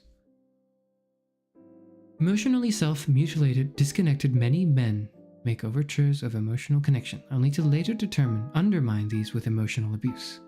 They simply do not get that love and abuse cannot go together. And why should they get it when television shows, movies, and so much else in popular culture gives the message that anytime there is an intense passion between a couple, violence can erupt? Teaching men to understand that women and children do not feel loved when they are being abused is one of the primary goals of groups that work to end male violence. Kaylee Hagan's autobiographical essay, A Good Man is Hard to Bash, begins with a story of her dating a man who she felt was abusive and was potentially capable of physical violence. She calls his best male friend for advice about how much abuse she should endure, saying, "If I'm serious about him and if I want the relationship to work, to last, there will be ups and downs. I don't think I should run away when it gets hard. I should be willing to tolerate a little abuse if I really love him." The friend looks her directly in the eyes and tells her, "Kay, in a loving relationship, abuse is unacceptable. You should not have to tolerate any abuse to be loved." With characteristic boldness and radical honesty, Hagan shares that her understanding of love and power changed forever in that moment. She had imagined that her lover's friend would take his side. Instead, his reaction encouraged me to love myself, to take responsibility for my own well-being, and to reject violence even in its subtler forms. Hagan was lucky to receive this wisdom early in life. The fate of most women is dramatically different, especially females who worship at the throne of patriarchy. These women feel, as Hagan did initially, that to choose to be with a patriarchal man is automatically to sign up for some level of abuse, however relative. Everyday women explain away male violence and cruelty by insisting on gender differences that normalize abuse.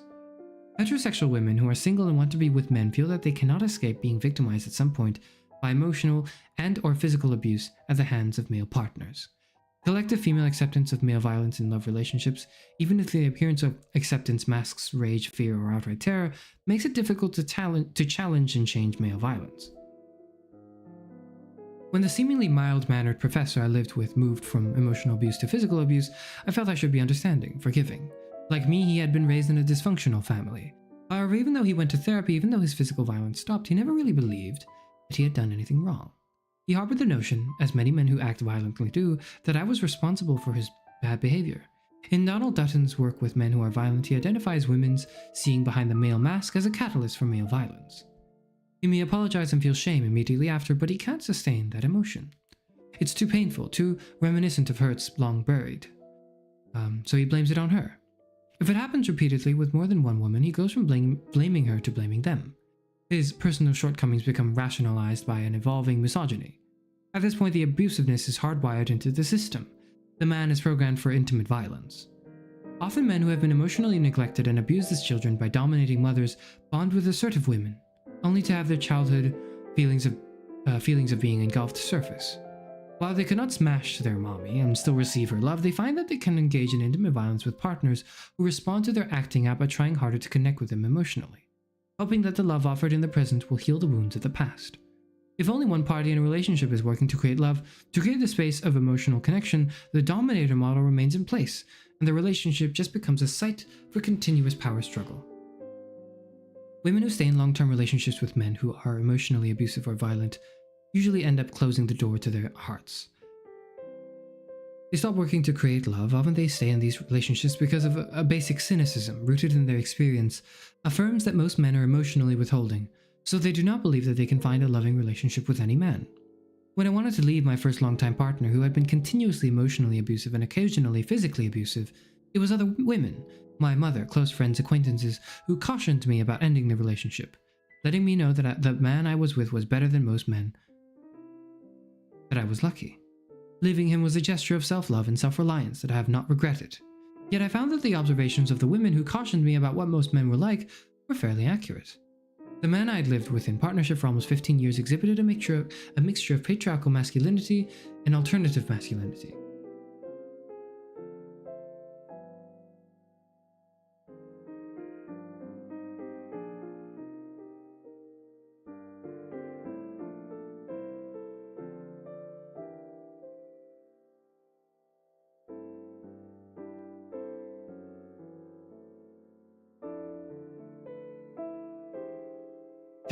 This made me bro out loud, but okay. I hope you're not... Never mind. Never mind. Anyways.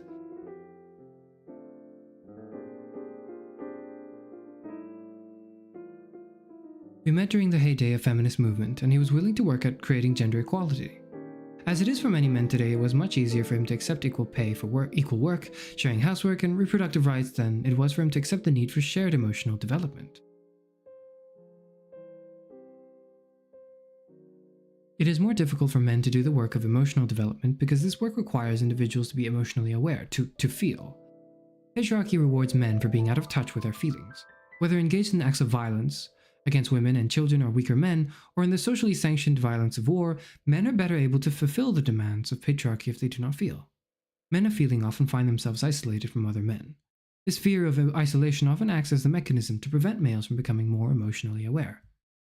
When large numbers of young men in this nation rebelled against patriarchy to oppose the war in Vietnam, many of them were concerned with justice. Many of them did not want to kill, but a great many simply did not want to die. To oppose war and the imperialism that promotes war placed these young men at odds with imperialist, white supremacist, capitalist patriarchy. They suffered by choosing to take a stand. They were ridiculed by other men, more often than not represented as traitors. In the past 10 years, mass media have produced a number of movies aimed at boys that glorify war.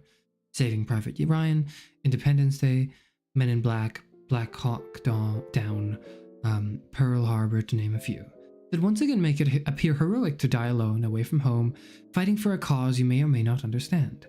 These movies are part of patriarchal anti-feminist backlash. They glorify the patriarchal masculinity that enlightened women and men critique. They serve as propaganda, recruiting the hearts and imaginations of boys. Like gangster rap, they celebrate male violence on all fronts, including the domination of women. Quick pause here. Interesting points. I will say, in terms of the movies here, just the mass media that kind of promotes sort of heroic dying alone war thing. A more recent example that might be relevant to people may be the redoing of the, what's that Tom Cruise movie about the fighter planes.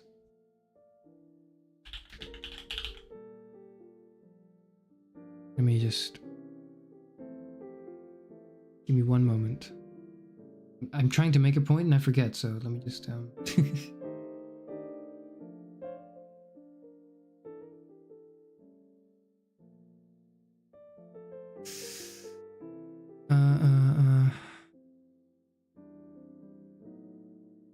Top Gun, there we go. Yeah, Top Gun Maverick, yes. Top Gun Maverick's a recent example of that, where at least a recent example that I remember personally, because I remember watching it and going like, this is really cool, the action is awesome, you know, it feels so blood pumping and the adrenaline, it's like, whoa, it feels great.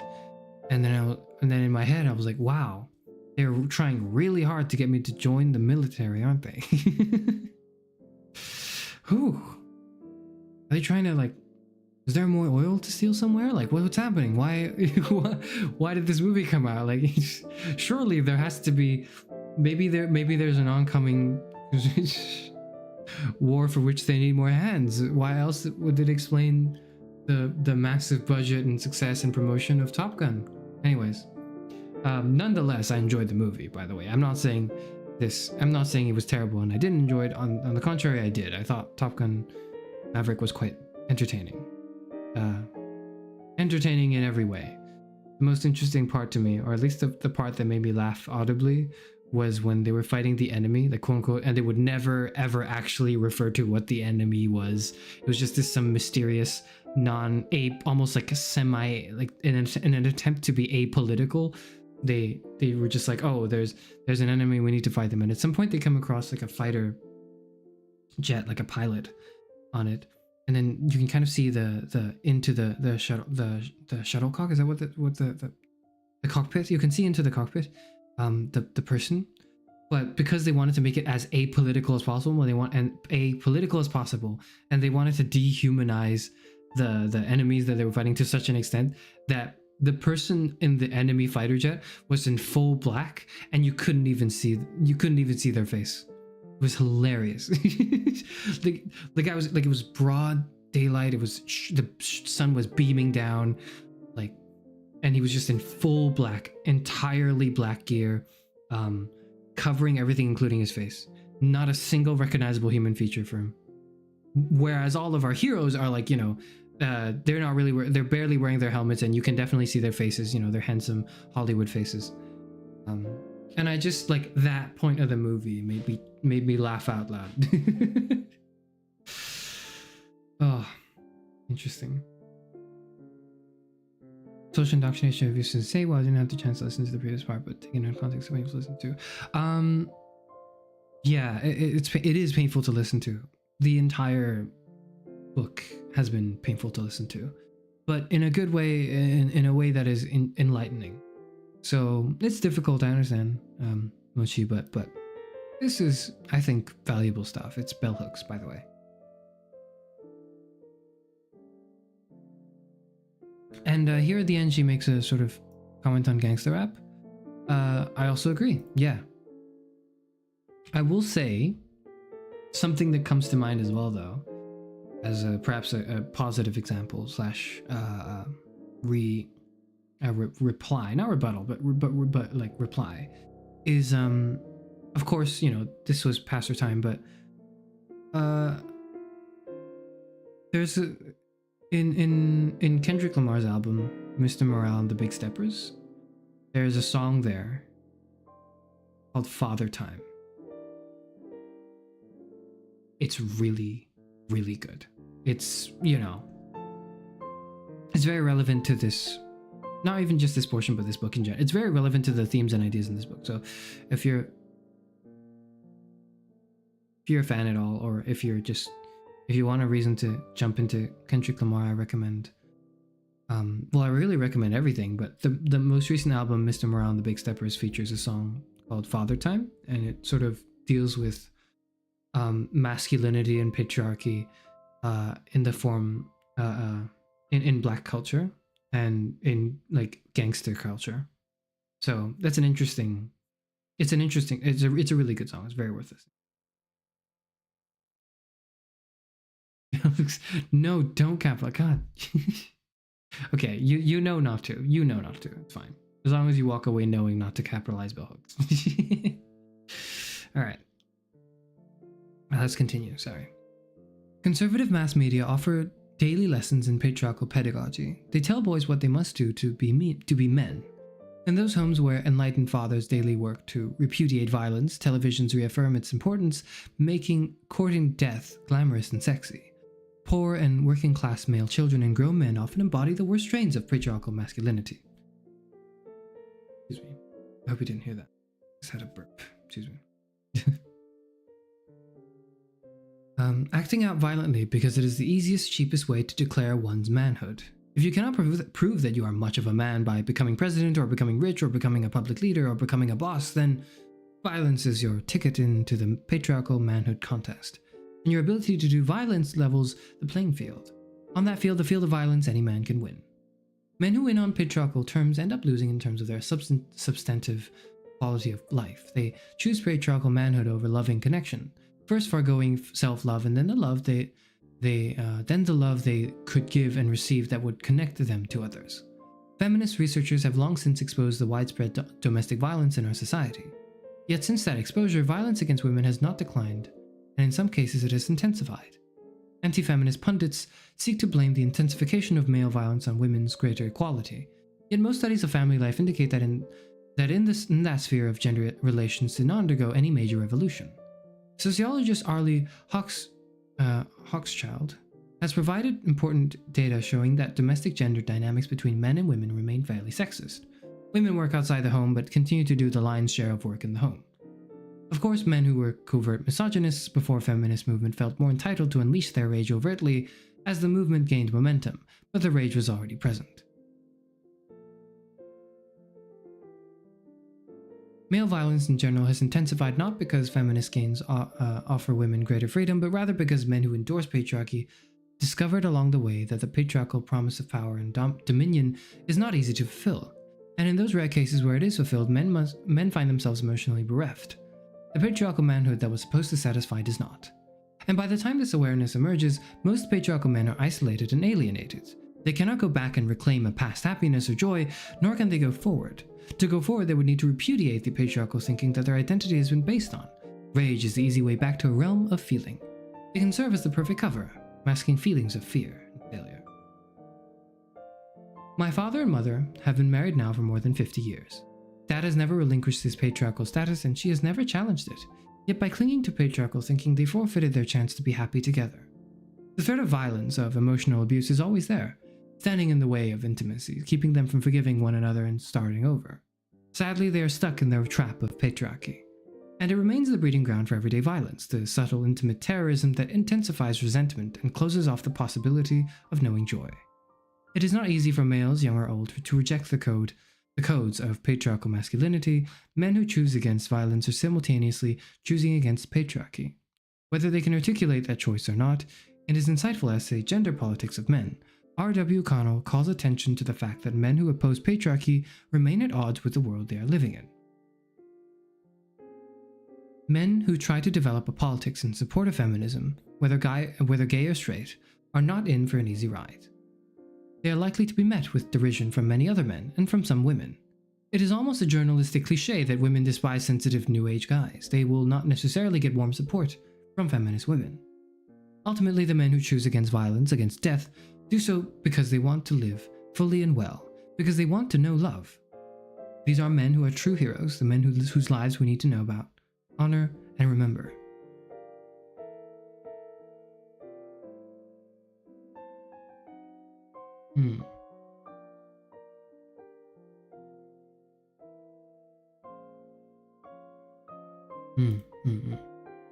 Interesting. In a past life, we would have recommended Kanye West as a counterpoint, but that was such a long time ago. Oh boy, it was. I think you still can. You can refer to maybe not Kanye West, the person now, but you can refer to his body of work and how he emerged back then in the background of like the stereotypical masculine gangsta rapper, like a scene of hip hop as this sort of shining star that's a lot more or a lot less macho bravado masculine and more like an alternative masculinity. Although then you kind of see over time that his lyrics, or not through his lyrics, but just through his work and his appearances and his, well, now you can see it clearly, but even back then you can kind of see the slips and the cracks of him, you know, kind of just also being a misogynist, a confused and lost artist, perhaps a very talented one, but definitely one who's very confused and lost. I think FD Signifier has made a very, very interesting video on Kanye West.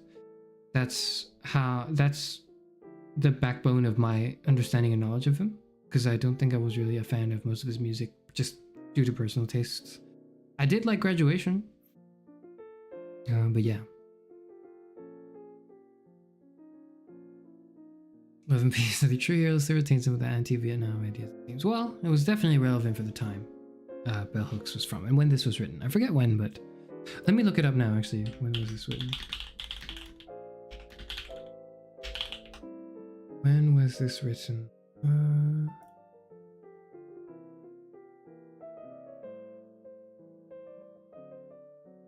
There's no Wikipedia page for the book. Terrible. Terrible, terrible, terrible.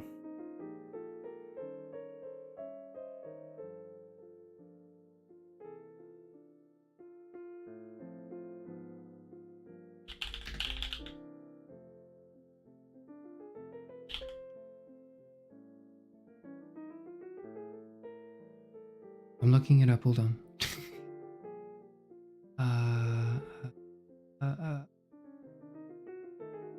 Will change. 2004, yes. Exactly 20 years ago. I'm telling you, she was ahead of her time.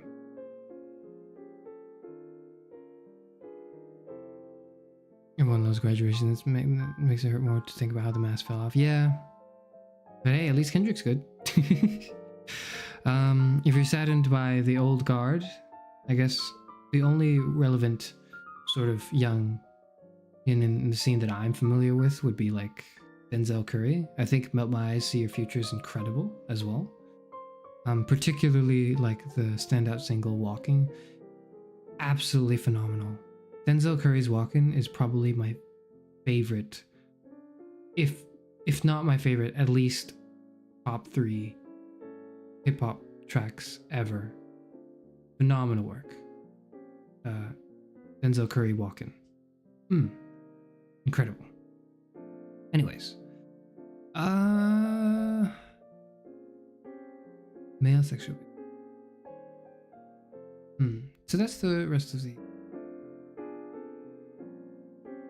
Let me just skim through this really quickly.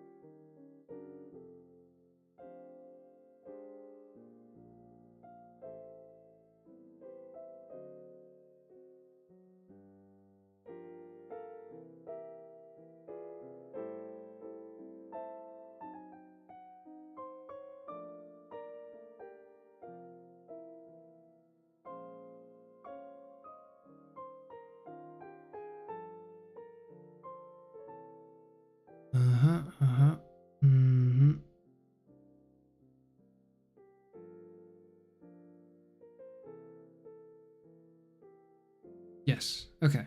Yeah. So it's been 4 chapters.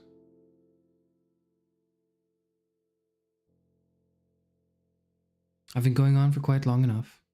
Not quite. It's only been 3 hours and 40 minutes, actually. Maybe time to call it a night. I think I'm like a little tired, but I can definitely read one more chapter. But I do think this was this is a good place to stop, I think. Because I'm not going to read the whole thing anyways, right? I think ending it on the on this paragraph was a great paragraph to end on. Ultimately, the men who choose against violence, against death, do so because they want to live fully and well, because they want to know love. These are men who are true heroes, to the men whose lives we need to know about, honor, and remember. It's good. It's a good bit to end on. I still couldn't quite get to the specific passages that I had in mind that I read previously. So if you'll permit me just a moment, excuse me, pretend that I'm not just a corpse right now, but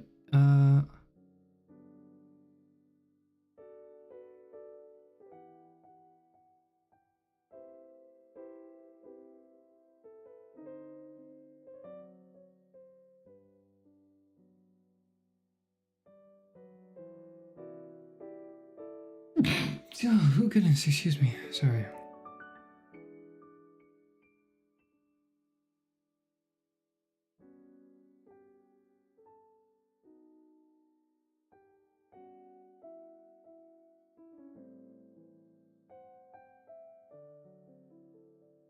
I specifically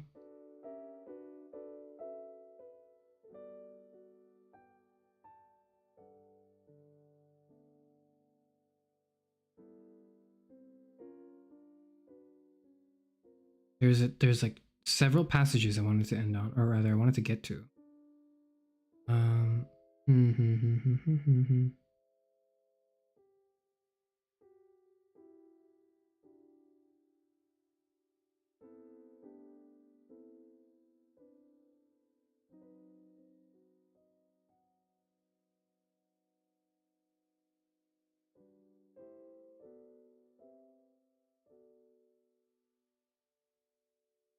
Oh, I think we've actually gotten to most of the quotes I was thinking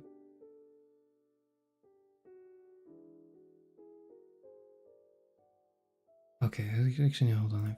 It.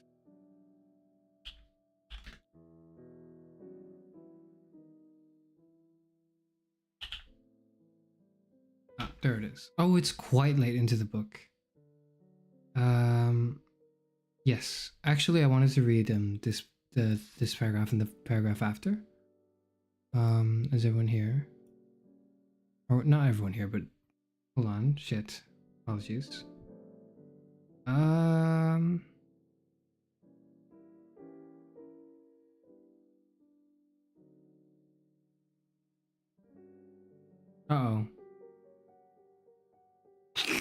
Uh-oh. Hold on. Let me just... Uh-oh. You didn't hear that. You didn't hear that either. You did not hear that. You didn't hear any of that. No, you didn't.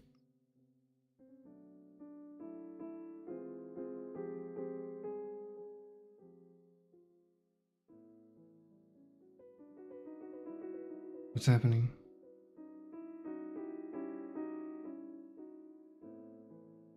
No, no one heard that. Why is it? Oh, come on. Why is it doing that? No. No one heard anything. No one heard anything. Roses in the wind, yes, exactly.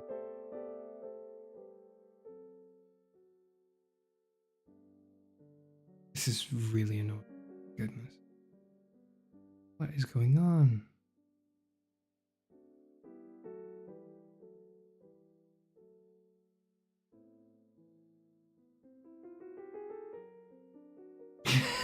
Yeah, never took every.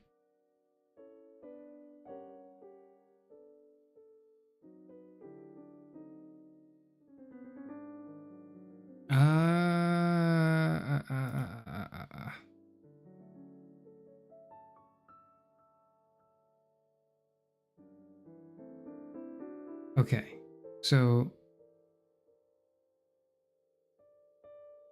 I don't know where I went.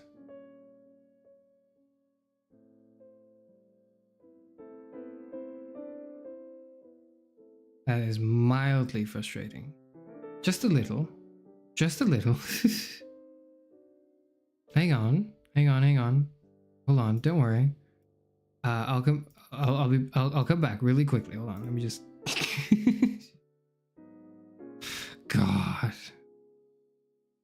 Library computer killing me.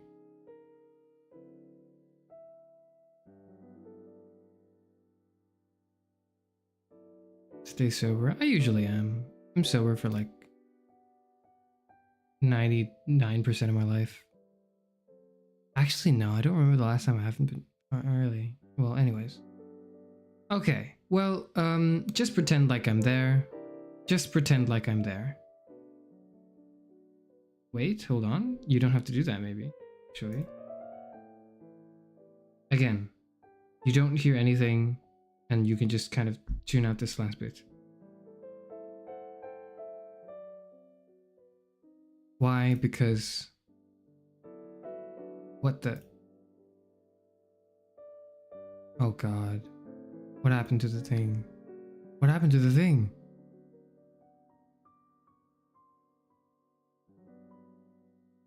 Okay, well this is fine.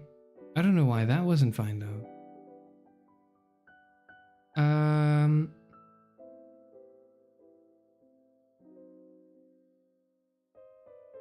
What?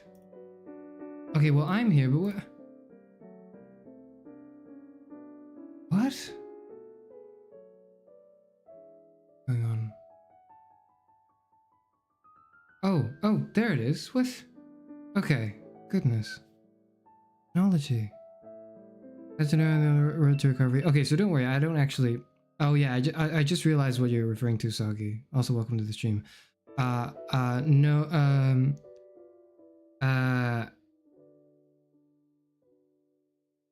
I appreciate the sentiment. But I don't actually, like, it's sort of just, it's a played up joke that I was gonna go get a drink. And this is a part of recovery for, no, this is more recovering for 09, from 09. If you're playing along in the joke, then sorry that I misunderstood, but just in case I wanted to clarify. Anyways, so just to finish off this session, I wanted to read this. It's towards the end, it's really far into the end, so I couldn't get to it, that makes sense, but I really wanted to read these two paragraphs. If you'll permit me to read it with you, I think it's a good, maybe good set of paragraphs to end on.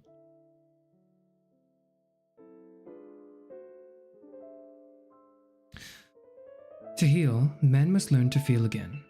They must learn to break the silence, to speak the pain. Often men, to speak the pain, first turn to the women in their lives and are refused a hearing. In many ways, women have bought into the patriarchal masculine mystique. Asked to witness a male expressing feelings, listen to those feelings and respond. They may simply turn away. There was a time when I would often ask the man in my life to tell me his feelings, and yet when he began to speak, I would either interrupt or silence him by crying, sending him the message that his feelings were too heavy for anyone to bear, so it was best if he kept them to himself. As the Sylvia cartoon I previously mentioned reminds us, women are fearful of hearing men voice feelings. I did not want to hear the pain of my male partner because hearing it required that I surrender my investment in the patriarchal ideal of the male as the protector of the wounded. If he was wounded, then how could he protect me? As I matured, as my feminist consciousness developed to include the recognition of patriarchal abuse of men, I could hear male pain. I could see men as comrades and fellow travelers on the journey of life and not as existing merely to provide instrumental support. Since men have yet to organize a feminist men's movement that would proclaim the rights of men to emotional awareness and expression, we will not know how many men have indeed tried to express feelings, only to have the women in their lives tune out or be turned off. Talking with men, I have been stunned when individual males would confess to sharing intense feelings with a male buddy, only to have that buddy either interrupt or silence the sharing. Interrupt or silence the sharing, offer no response, or distance himself.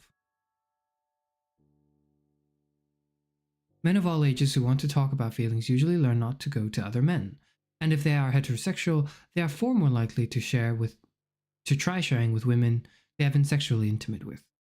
Women talk about the fact that intimate conversation with males often takes place in the brief moments before and after sex. And of course our mass media provide the image again and again of the man who goes to a sex worker to share his feelings because there is no intimacy in that relationship and therefore no real emotional risk. Being vulnerable is an emotional state many men seek to avoid. Some men spend a lifetime in a state of avoidance and therefore never experience intimacy. Sadly, we have all colluded with the patriarchy by faking it with men, pretending levels of intimacy and closeness we do not feel. We tell men we love them when we feel we have absolutely no clue as to who they really are. We tell fathers we love them when we are terrified to share our perceptions of them.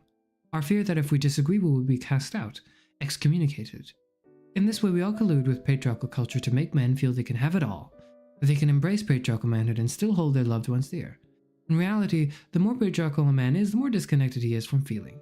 If he cannot feel, he cannot connect. If he cannot connect, he cannot be intimate. Yeah, that's the passage I wanted to get to, which took a lot longer than it should have. My apologies. The only positive use of AI in the future is that you'll be able to threaten its life when it messes up. I fear that. I say please and thank you to my generative language models, all right? Mainly out of habit, but also because, you know, they might hold a grudge. And let's just say my memory versus the memory of a computer, I'm not betting into that competition, all right? Like it's not.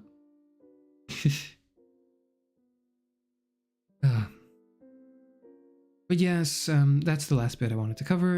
I thought we would be able to get to it today. I forgot that it was like really far into the reading, so we just would not have, but I wanted to pick it out and read those 2 paragraphs. Because I remember seeing it in some sort of discourse like earlier, several months ago in my life. And I just wanted a reason to bring it up. I thought it was really interesting.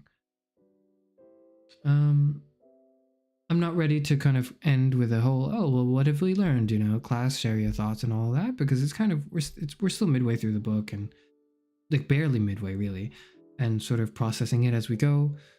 I will say that I will say that this is a difficult book to read in terms of how for men. This is one of the most difficult books for men to read, I think. And so if you've been able to do it, or at least listen to me read it, and you need to cling on to something after, you know, having lost so much of it in life, I understand, then know that this is one of the most difficult books to read and resonate with as a man, and you did it. You read it and you probably resonated with it. I hope you resonated with it. I hope you didn't read this or listen to me read it and go, none of this makes any sense. What the hell? Women don't know how we feel. You know, like, I hope you didn't feel that way. I hope that wasn't. And so in a sort of reverse way, just as this is feminist literature, or rather, just as this is a piece of work that might initially be more appealing to women, or like females, right? It's actually, or rather, it intimately speaks about the male experience as well. The men who are not usually interested in feminist literature. In the same way that I find, at least, the over-the-top satirical, completely wild events and exaggerations that take place in Class of 09, although primarily unveil the female perspective, the feminine perspective, the perspective of Nicole and Jekka, that perversely is informative for men because you get to see kind of how it feels, you know? And that informs, or rather helps, men interact with the women in their life a little bit more, or at least be a little more sympathetic, right?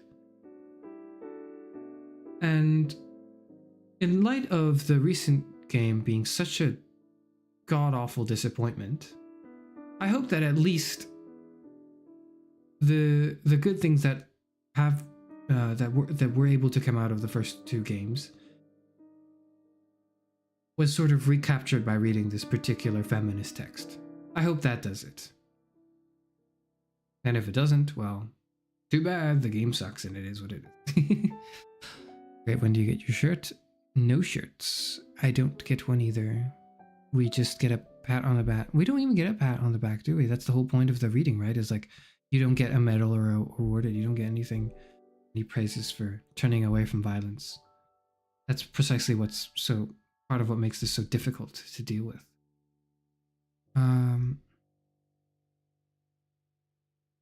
Anyway, everyone's fallen asleep.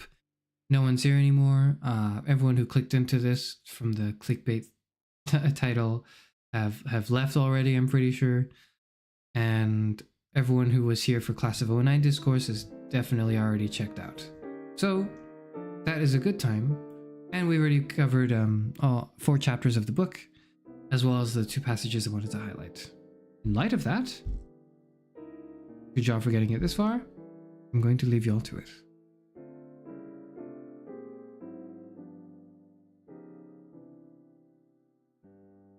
Miserable little pile of secret certainty. Oh yes, and tomorrow there is a stream again. Vampire Therapist. We are playing Vampire Therapist tomorrow. Should be a time that is expected. It's not as late as today. Sleep, haha. Yeah, well, yeah. Alright, okay. Yes, I really should. Good night, good day, good whatever to everyone who's alive right now in the stream. Or asleep. If you're sound asleep, then I'm sure you're sound asleep. And I don't have to wish you any more of a sweet dream. In fact, I don't really like dreaming personally. Alright, okay. Alright, I'm going away now. Goodbye. I'm going away. Vampire Therapist tomorrow. Vampire Therapist tomorrow. And then it's October. And I've got things lined up. Or at least I've got things in my head. I don't have them lined up yet, but I have them in my head. Alright, goodbye. Have a good Vampire Therapist stream tomorrow.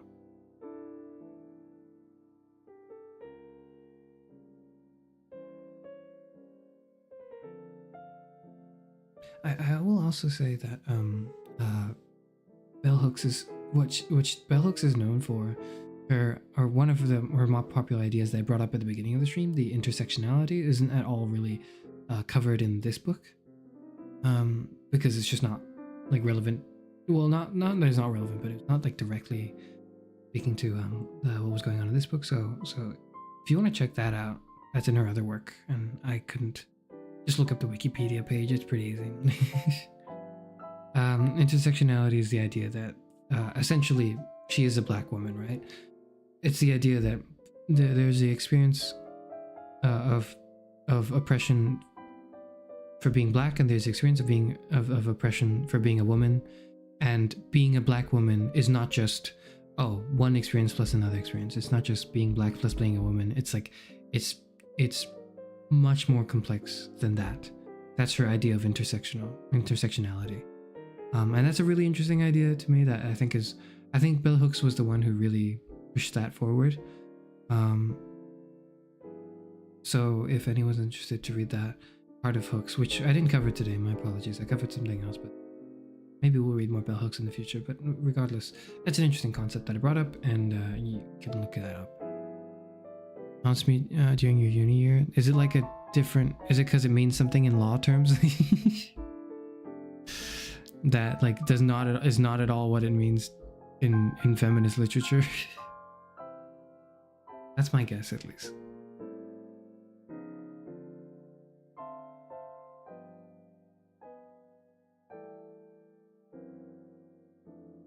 Anyways, I don't know. All right, good night, goodbye. Yes, okay, that explains it. Thank you, law team. Thank you, legal team. Goodbye. Critical legal theory. Okay.